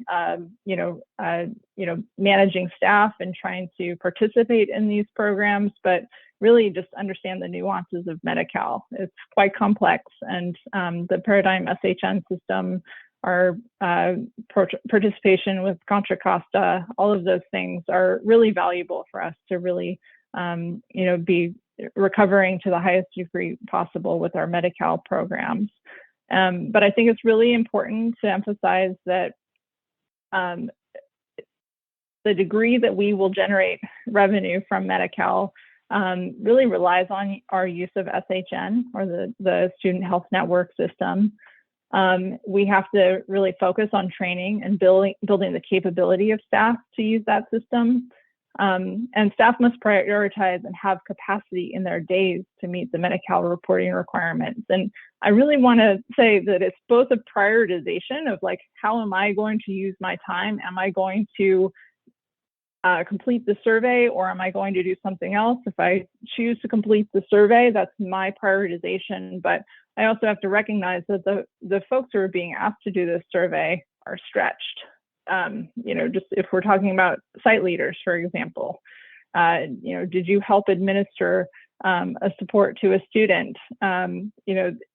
They will have a harder time completing the survey because their days are already full. So we can talk a lot about the need for staff to participate and prioritize, but we also know that if a choice is between doing a survey or supporting a student or addressing other needs as the site, many site leaders would probably prioritize the day-to-day, and the trade-off there is going to be a decline or less of our ability to achieve the maximum revenue.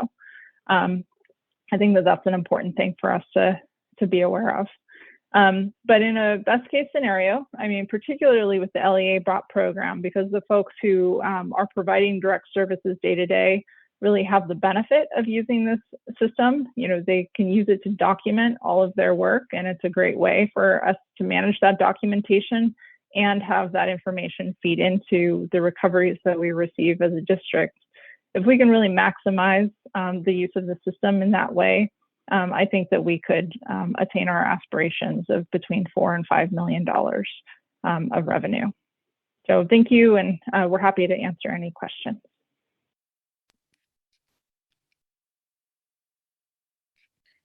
Thank you. Thank you so much to the staff for the presentation. At this time, I'll open up for public comment, please.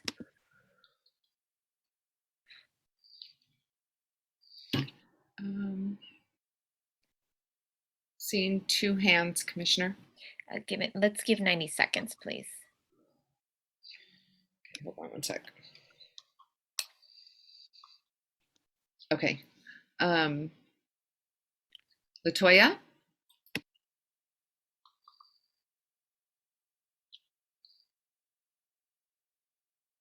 Latoya? Yes, Okay, thank go you. ahead. So first and foremost, I want to thank you all for putting this all together in a really easily digestible way. I'm not an expert in any of this stuff, so I appreciate the time it took to prepare it in this way. However, or not however, and I have a few questions. So one, I wanted to know if there's an item in the budget where there's money allocated to serve students that don't qualify for mental health services, such as a speech pathologist or speech therapy, under the SPED guidelines, meaning they don't have an IEP or 504, and they are not a current Medi-Cal patient, or they don't have a referral from the doctor, but maybe the parent wants them assessed. Is there money in the budget for that? Because from my understanding right now, those children are not served by SFUSD. Their families have to go outside of the school district to get that support. My second question is there an item in the budget to recruit more Black teachers, especially, excuse me, mommy's talking, especially male teachers in pre-K through 5th grade? And also, is there anything to onboard and retain any culturally respectful and trauma-informed trained educators and resource staff? And to be able to track the impact to the district budgets. For example, by doing so, it may increase enrollment in SFUSD schools, or it may increase in pay, which could lead to an increase in pay from the state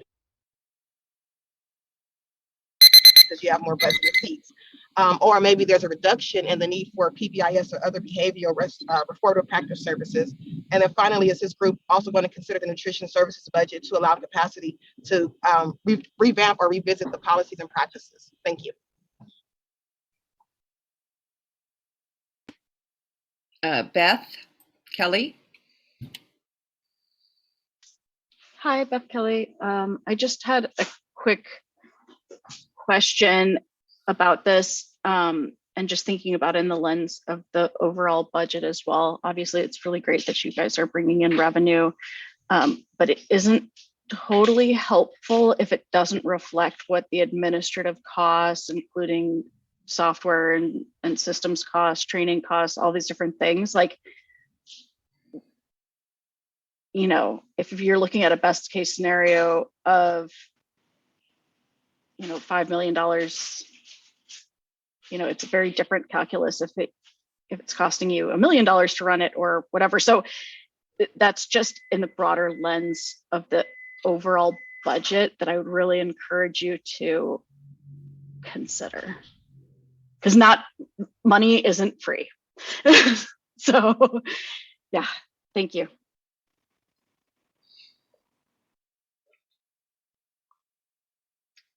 I think that concludes public comment. See any other, at this time, I'll shift to opening it up for discussion with commissioners. Commissioner Sanchez. Thank you again, Commissioner Lamb. Actually, Ms. Kelly's question was my same question. Have we been able to calculate the costs, the administrative costs of operating these two programs? And I know that as a principal myself, trying to administer it back in, I think, 2014, I don't know if Commissioner Alexander had the same experience as a principal, but I don't know how we could calculate the cost, the cost involved for me, the time I had to use to utilize the system. It was very time intensive, I felt. And so I just don't know if we're able to calculate the overall costs of having to administer it.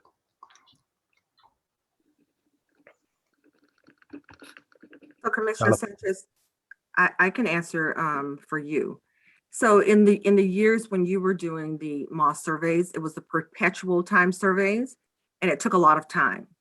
RMTS methodology is a random methodology where staff is randomly selected to submit a survey, and you no longer have to submit it on the day that you receive the survey. You have 4 student attendance days after you receive the survey to submit it. So it's a little easier process of submitting the small time surveys in today's world versus when we were doing perpetual paper time surveys. I appreciate Yeah, so it's changed quite a bit, and I think that by it changing to be not a perpetual paper based, and for having 4 days after receiving the moment, along with the ILM about the program, has helped principals and assistant principals to understand it a little better. And that's why the response rate for principals and assistant principals is better. In regards to the cost for the system, so we now partner with Contra Costa County Office of Education for the RMTS small program portion of it. They charge a 9% fee of all the reimbursements that we receive. And so that includes them helping us with data matching. That includes, and you have to have an intermediary. The California Department of Healthcare Services says, we don't want every school district contacting us to talk to us about these programs. We need to have an intermediary. And that's why they work with these LECs and LGAs. So it's about 9% for that. In line with the LEA BOP program, it's about 7% the Paradigm charges us. And it's a sliding scale fee, but the overall is about 7% that they charge. The SHN system itself is no cost. It's part of the contract we have with them. So they already have an SHN tool built into their web-based system anyway. And so they offer it at no additional charge. Of course, nothing's free. So that's where the 7% comes in. Any data matching they do on the state level, they charge a percentage on a sliding scale fee for that particular service. The SHN system is just no additional cost. So we can put as many providers on there as we want to put on there. And we have the ability to say if the services that those providers are providing are reimbursable services or not. So that's kind of what the cost is for the programs, and how it's changed from a paper methodology to now a random, and how much time they have to be able to submit those surveys. All right. Thank you, Ms. James. Thank you. Any other questions? Commissioner Moliga? Yep. Thank you, Marcy. Me and Marcy has been going back and forth with this for a long time. And so truly appreciate you, Marcy. Here we are today. Yes, we are. Get to present all the good work we've been doing. I love the fact that we were able to finally find our ceiling in terms of reimbursables. The one thing that I really love about the Medi-Cal program is that it actually pays for itself, right? The program pays for itself. And so, you know, and so it really is upon us to be able to go out there and recoup these dollars from the federal government that is there for us, right? It is like literally like a statewide push right now. I am getting ready to present with Oakland Unified School District around this exact effort, you know, and folks have been reaching out in terms of our resolution, and Oakland's doing some really good work around Medi-Cal. And so I really wanted to beat everybody in the state in terms of how high we could reimburse, but it seems like we're not going to be able to do that. But really happy that the work is moving forward. I'm happy that it's gotten to a place where, you know, we've been able to simplify it, you know, and sitting down with Paradigm and just kind of seeing how it is. I actually talked to some of the social workers on sites and just kind of checking in with folks and seeing how things are going, you know. And so I'm really excited. The fact that we are going into, you know, we're trying to address, let me just step back. The more opportunities we can find in terms of generating revenue for our school district in a way that benefits our students and the school district is going to be really, really important for us. And so this is one of them, right? There are other things in that resolution in terms of like, you know, and let me just say, Marcy, are you the only one in your office, in the Medi-Cal office, running this program right now? I am. Right. So Marcy is a one she wrote show right now, holding it down, getting ready to generate us up to $5.5 million. Marcy, you could do it.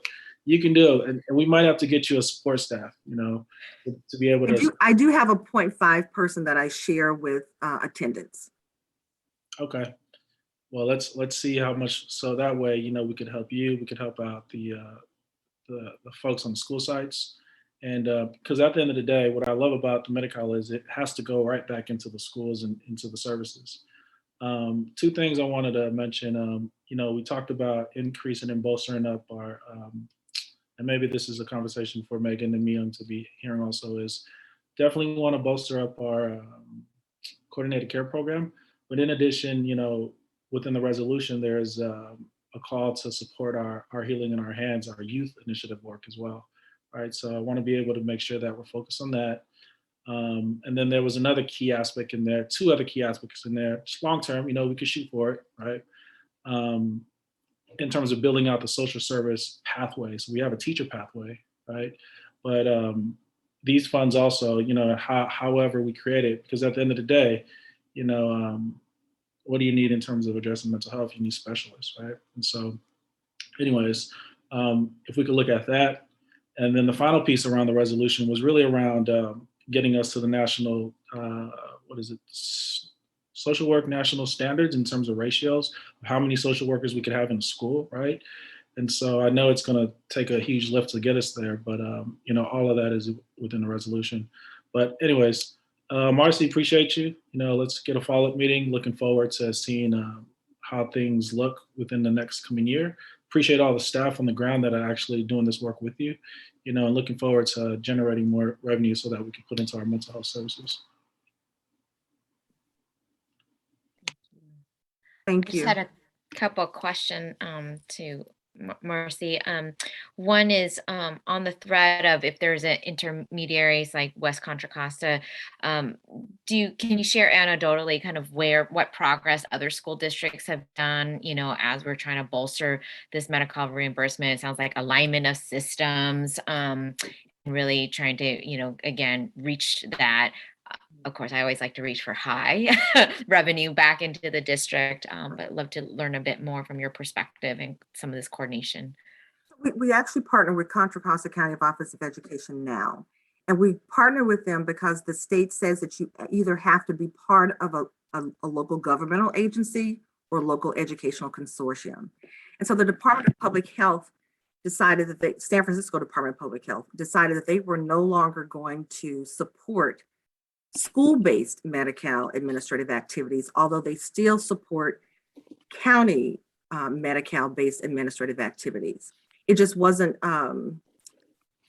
there were a lot of new parameters that the state put into place for them. And so it was just best for them, with only having limited staff, to pull out of SMA.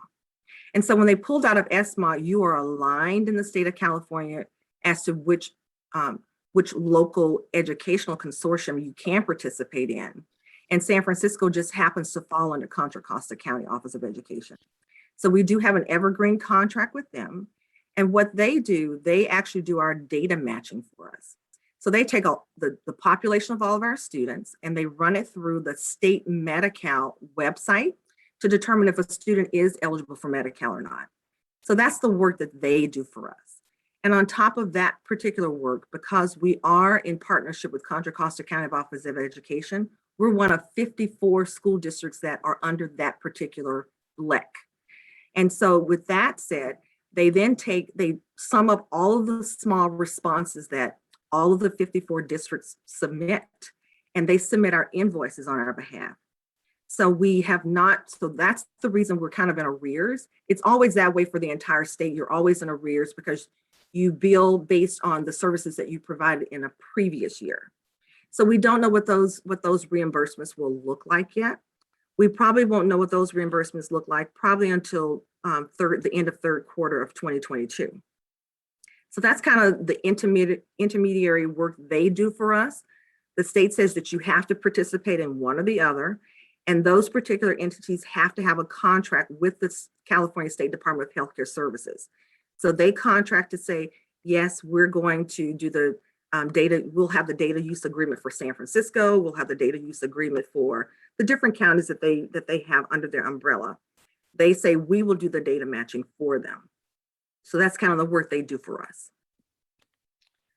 Thank you. And my next question was related to COVID. and that there has been, directives from the federal government about allowing, for example, Medi-Cal being able to help fund for testing, COVID testing. Do we know right now, have those regulations been, confirmed, implementation of how it's happening in the state? And how does that play into some considerations for the work that we've already started, but then now expanding potentially for COVID recovery? Right. So for the LEA BOP and the SMA program, school districts cannot recoup for giving the injections. They cannot recoup for the testing of students or staff. So right now, the Medi-Cal programs on a state level cannot be reimbursed for any type of COVID-related testing, administration of injections, or the PPE. None of that's refundable in the SMA program at this time. However, they do link you with other county organizations that have money that you may be able to use that money for. So I'm set up to have a meeting with a county organization that will be benefiting from like a $300 million governmental portion of money, to see how we can partner with them so that we can have access to some of those funds. I would love a report back, because I keep hearing about the hundreds, if not the $1 billion that came from the federal government. They've gone to the states. And frankly, we have not been able to unlock, even though in addition to, yes, recognizing we got a state grant through traditionally, through the California Department of Public Health to help us support with this year's testing. But then I keep hearing about there are additional resources that have yet to get back into LEAs or back into the community. So I'm really excited to hear that you're meeting with some of the county providers to really learn about how we can continue to unlock those dollars to come back to the district. Thank you. I'll keep Megan informed, and if you want an update, I'll be happy to share that information out. That's great. Thank you. You're welcome. I think that's all I had. Thank you again, Marcy, for all of your work into the budget team. I think it's been super informative. I know, and thank you to Vice President Maliga. I know you've been working at this for a very long time too. So thank you for your leadership. I also want to recognize that we're heading into, I keep wanting to get us to, finish our business within 2 hours, but it is clear we have a lot to accomplish as a Budget and Business Services Committee. So just to my colleagues and to the public and to our staff, I just want to acknowledge that we will be going a bit over time, but recognize that this is all very important business that we have before us. So with that, we'll shift into our third informational item tonight, which is the other post-employment benefits, Opeb background and projections. And Megan Wallace, I think you're back up. Thank you. Okay, well, great. Thank you, everyone. This evening, I'll be giving an overview or update on our other post-employment benefits, as well as projections of where we're headed as a district with these particular costs. We go to slide 3, which provides the objective. Thank you. So yes, we will be reviewing the Opeb unfunded liabilities and want everybody to understand why they're important for us to address as a district, and share a forecast of our liabilities. And because we love scenarios, I'm going to share a few with you all, so you can see how the trajectory might change depending on different levels of investment. Next slide, please. So to begin, I just really want to start with recognizing that our unfunded long-term liabilities are really part of a package of different elements of our financials as a district that are all extremely important to keep an eye on. So the first one, which we're all very familiar with by now is the maintenance of a balanced budget. So not only wanting stable revenues, but also having the ability of the governance structures to control expenditures. So that's what we're underway with on zero-based budgeting, developing a balancing plan to be compliant with CDE. So we can check that mark that we're underway with that work. And another critical element is the availability of a meaningful operating reserve. So really thinking, do we have enough funds socked away in the event of uncertainties? And we recently have met with S&P and Moody's, who are credit rating agencies who have been evaluating the district's financials in preparation for our next general obligation bond sale. And they shared that having 4% or higher reserves is okay, but 10% is ideal. And as of now, we as a district are targeting the 2% reserve in compliance with CDE minimum standards. So this is definitely an area where we have opportunities for improvement. But the final piece of addressing unfunded long-term liabilities, I think, is one that we talk less about as a district. We might talk about pension, but from time to time, particularly when it comes to the growing costs and impacts on our budget. But other post-employment benefits really sort of linger out there, and they don't get discussed quite as often. But as I'll share with you, this is quite a significant component of the overall financial well-being of our district. And credit ratings, the district's credit ratings have reflected, issues on all three of these areas. We have faced downgrades in recent years. And so this evening, let's go ahead and talk more about Opeb, the undiscussed elements of our financials. So next slide, please. So just as a quick overview, just want to share that other post-employment benefits, or Opeb, are primarily made up of healthcare benefits that employees may receive from their employers upon retirement. So these are costs that after you've retired from the district, you can receive these benefits. And that would be a component of the benefits along with pension that can provide security and stability after you have retired. In contrast, public pensions, which, as I said, we do talk a lot more about because we're looking at those rising costs. Part of why we're looking at those rising costs is because they're financed on a pre-funded basis. So those rising costs are the pre-funding. That is the pre-funding work that we're doing in our budget by setting aside those funds. And the outcome of that is that overall, we're actually addressing that need in the long run. In contrast, the standard government practice with Opeb is to pay as you go. Every year in our budget, we pay for the cost of Opeb of current retirees, but we aren't putting funds away for those costs as they will grow over time for future retirees. And that's actually what we're talking about when we talk about that unfunded liability. It's a forecast of costs relative to what we have put away as savings.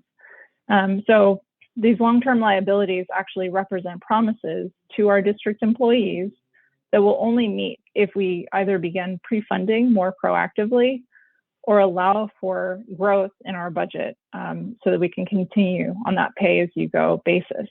The risk, of course, is that other leg of the three-legged stool, if you will, the stability of our budget is then compromised because we'll see those costs ever growing.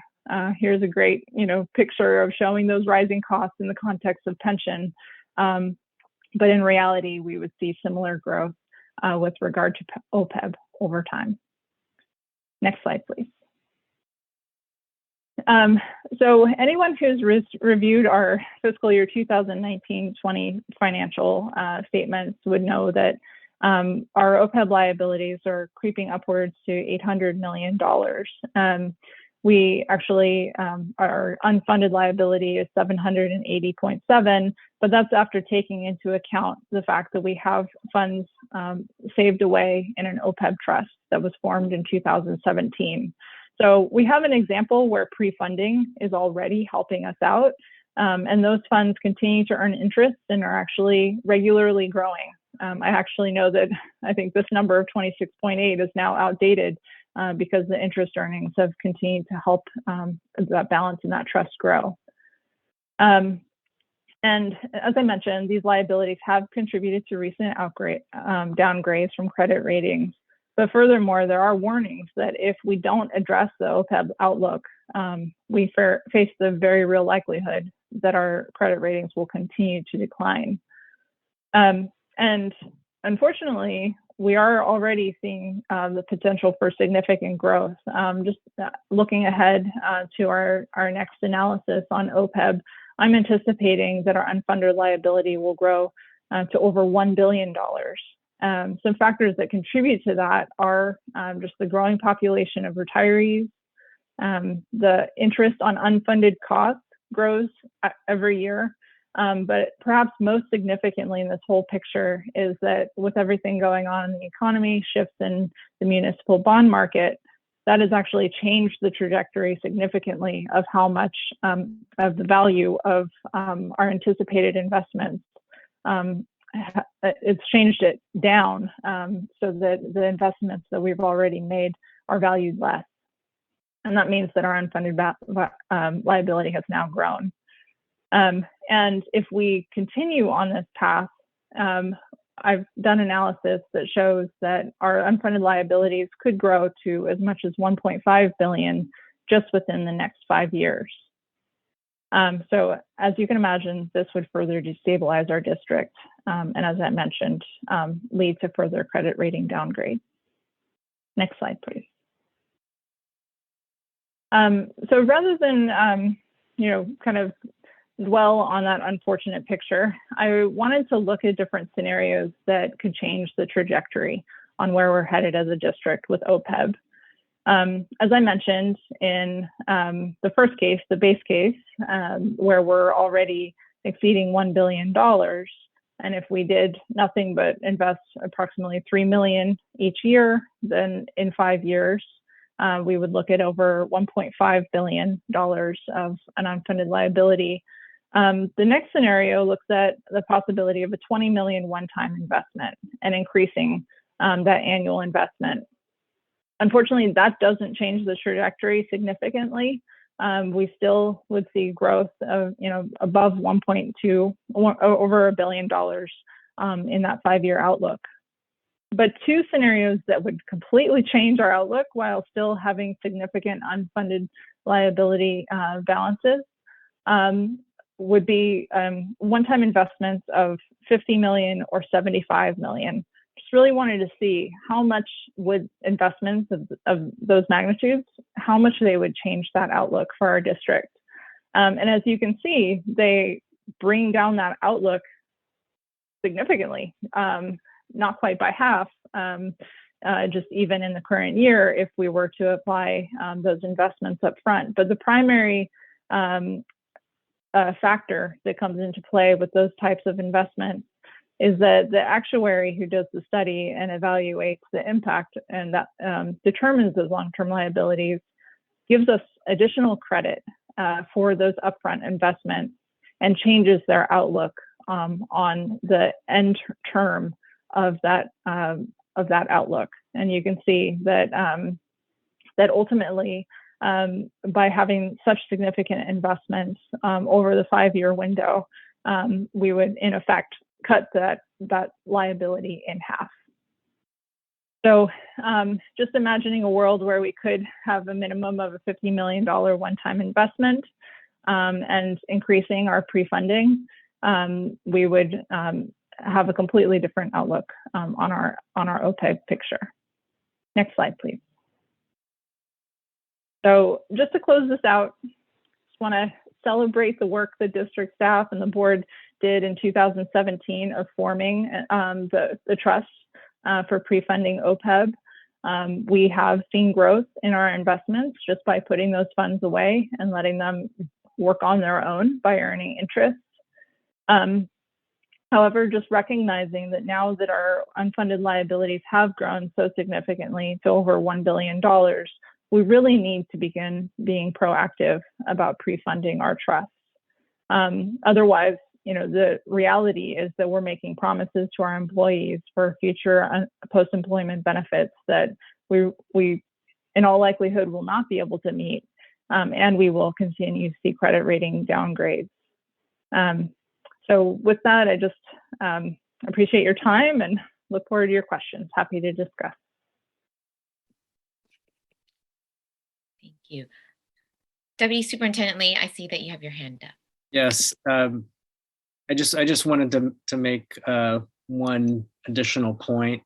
And sorry, Megan, I should have noticed this earlier, but just wanted to share that with respect to the retirees or to the former active employees who receive these benefits, it's not everyone who has ever worked for SFUSD and retires from SFUSD. There are criteria in terms of age and years of service that do apply to different groups of employees. So we didn't specify all of those details in the presentation, but just wanted to clarify, especially in case anybody's listening or may listen who may have perked up their ears to say, oh, they're going to receive lifetime healthcare. That's true for the employees who meet those respective criteria, but not necessarily for everybody. Thank you. At this time, let's take public comment. Deborah? I see one hand, Commissioner. Okay, let's do 90 seconds. Oh, I see two now. Yes. Kelly, Beth, Kelly. Thank you. This is Beth Kelly. So just a couple of comments. And one is just when you're looking at this in the broader context, it just feels totally disjointed from what you all were talking about literally yesterday with the zero-based budgeting plan. And so like if the target is going to be 4%, okay, like you're hardly even meeting the 2% requirement of the operating reserve. But turning to the long-term liabilities, there's a couple really important things that are worth noting. One is you have declining enrollment. So the pay-as-you-go basis is going to be spread over fewer and fewer people, and it's going to be proportionally bigger and bigger. And since the district is on not very good footing, it's worth noting that if you think that pensions and Opeb are sacred during Chapter 9 bankruptcy, which is sort of the equivalent of Chapter 11 bankruptcy, you are absolutely wrong. So I cannot emphasize how important it is to really be breaking into a cold sweat over this, because those are not sacred. They're not protected. California law is protective, but if it goes into Chapter 9, it's not.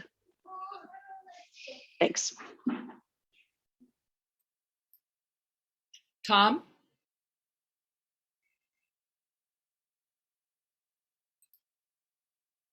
I'm sorry. Tom? Yes. Hi. So I'm a teacher in the district. Sorry, I won't be long, but it just made me think about when we said like you have to meet a certain number of years or requirements in order to get, the healthcare and whatnot. I think we need to start thinking about how are we going to keep people in SFUSD as teachers. A lot of people have resigned. I know that's maybe not part, and you can cut me off, but I think that's really important. Why did a lot of people resign? They're overwhelmed, overworked, stressed, and we're just going back and getting, I know there's pathways, and I was in pathways, but I just think that there has to be more ways. Look at the para situation. I mentioned this a lot. There's over 100 para openings. I had a para that took over for someone on medical leave, and this is really important, and they got hired, and then they didn't get their paycheck after working for like 2 or 3 weeks when they were supposed to, because HR is so backed up. How is that person going to want to continue on once the person comes over from medical leave? Also, they didn't get that para bonus of $1,750, $500.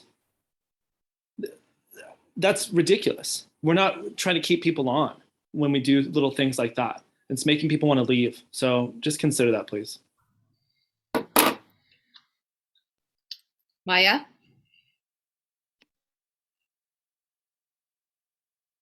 Maya?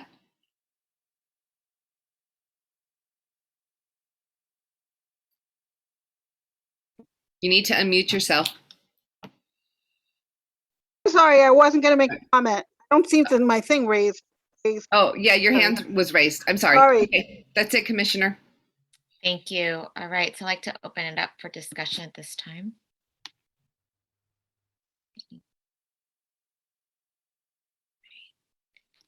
Commissioner Bogus? Yeah, thank you.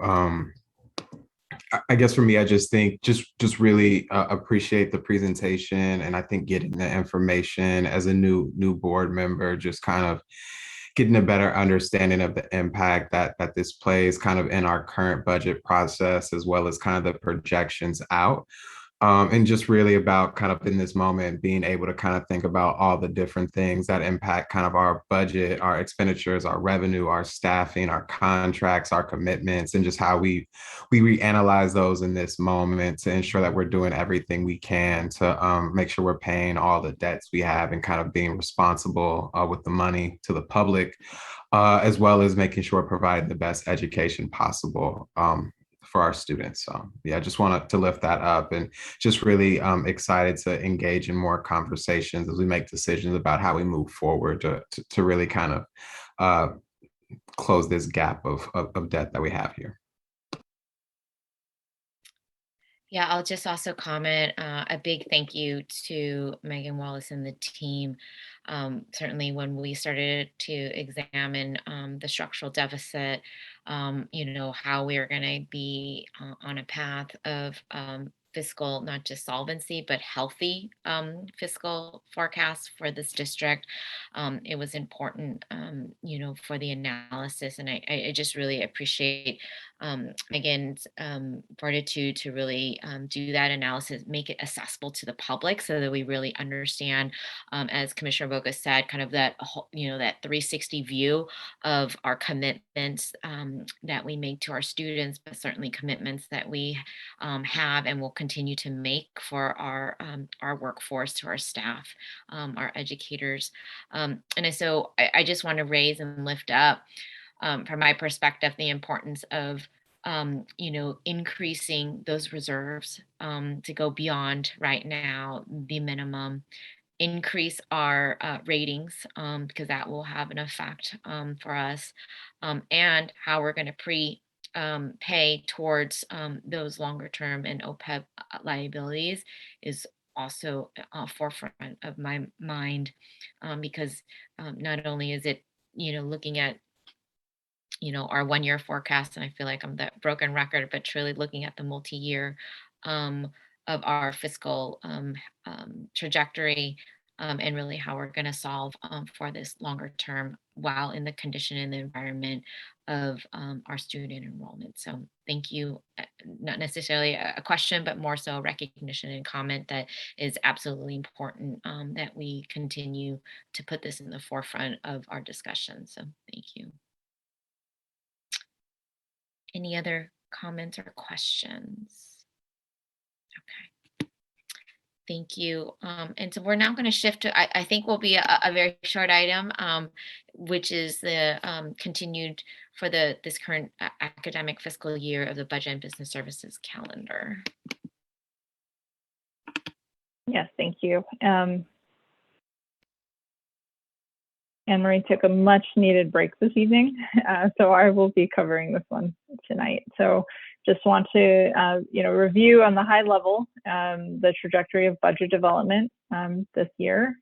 So we're in fiscal year 2021-22, but the outline of events is mapping us towards the fiscal year 2022-23 LCAP update and development of the budget balancing plan. So just noting that we are in November and well underway with this work.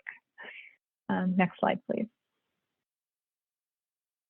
So then just in terms of what we have on future agendas, you can see that for December, we will be bringing the first interim report, and that will also be part of part of the budget balancing plan work as well. And we are looking ahead to the equity and arts resolution update, which is part of which is PEEP funded. So overall, we'll keep this updated as we go, just so the public and members of this committee can have a sort of dashboard of the items to come. And Megan, So just thank you. wanted to, Happy to, yeah. yes, just wanted to note that we did add an off-cycle November 17th that we just announced last night. So it's not included in here, but certainly if we can update that as well for the public, and that will be a continuum of the budget balancing plan discussion. Thank you. I know it's been a long few nights this week. So, so at this time, I'm going to see if there's any public comment. Please raise your hand if you'd like to speak to the budget calendar. Seeing none, Commissioner. All right, seeing none, if there's any other additional comments or questions from commissioners. Hopefully we left the most straightforward for the last item here. So again, just wanted to thank you all. Thank you again to the staff, to the public for your continued engagement, to commissioners. So again, we will meet our off cycle for the budget and business services scheduled for November 17th, same time, 4 p.m. And look forward to our continued discussions. Thank you all so much. I'd like to officially adjourn for this evening. Good night. Good night. Thank you. Thank you. Good night. Good evening. Thank you.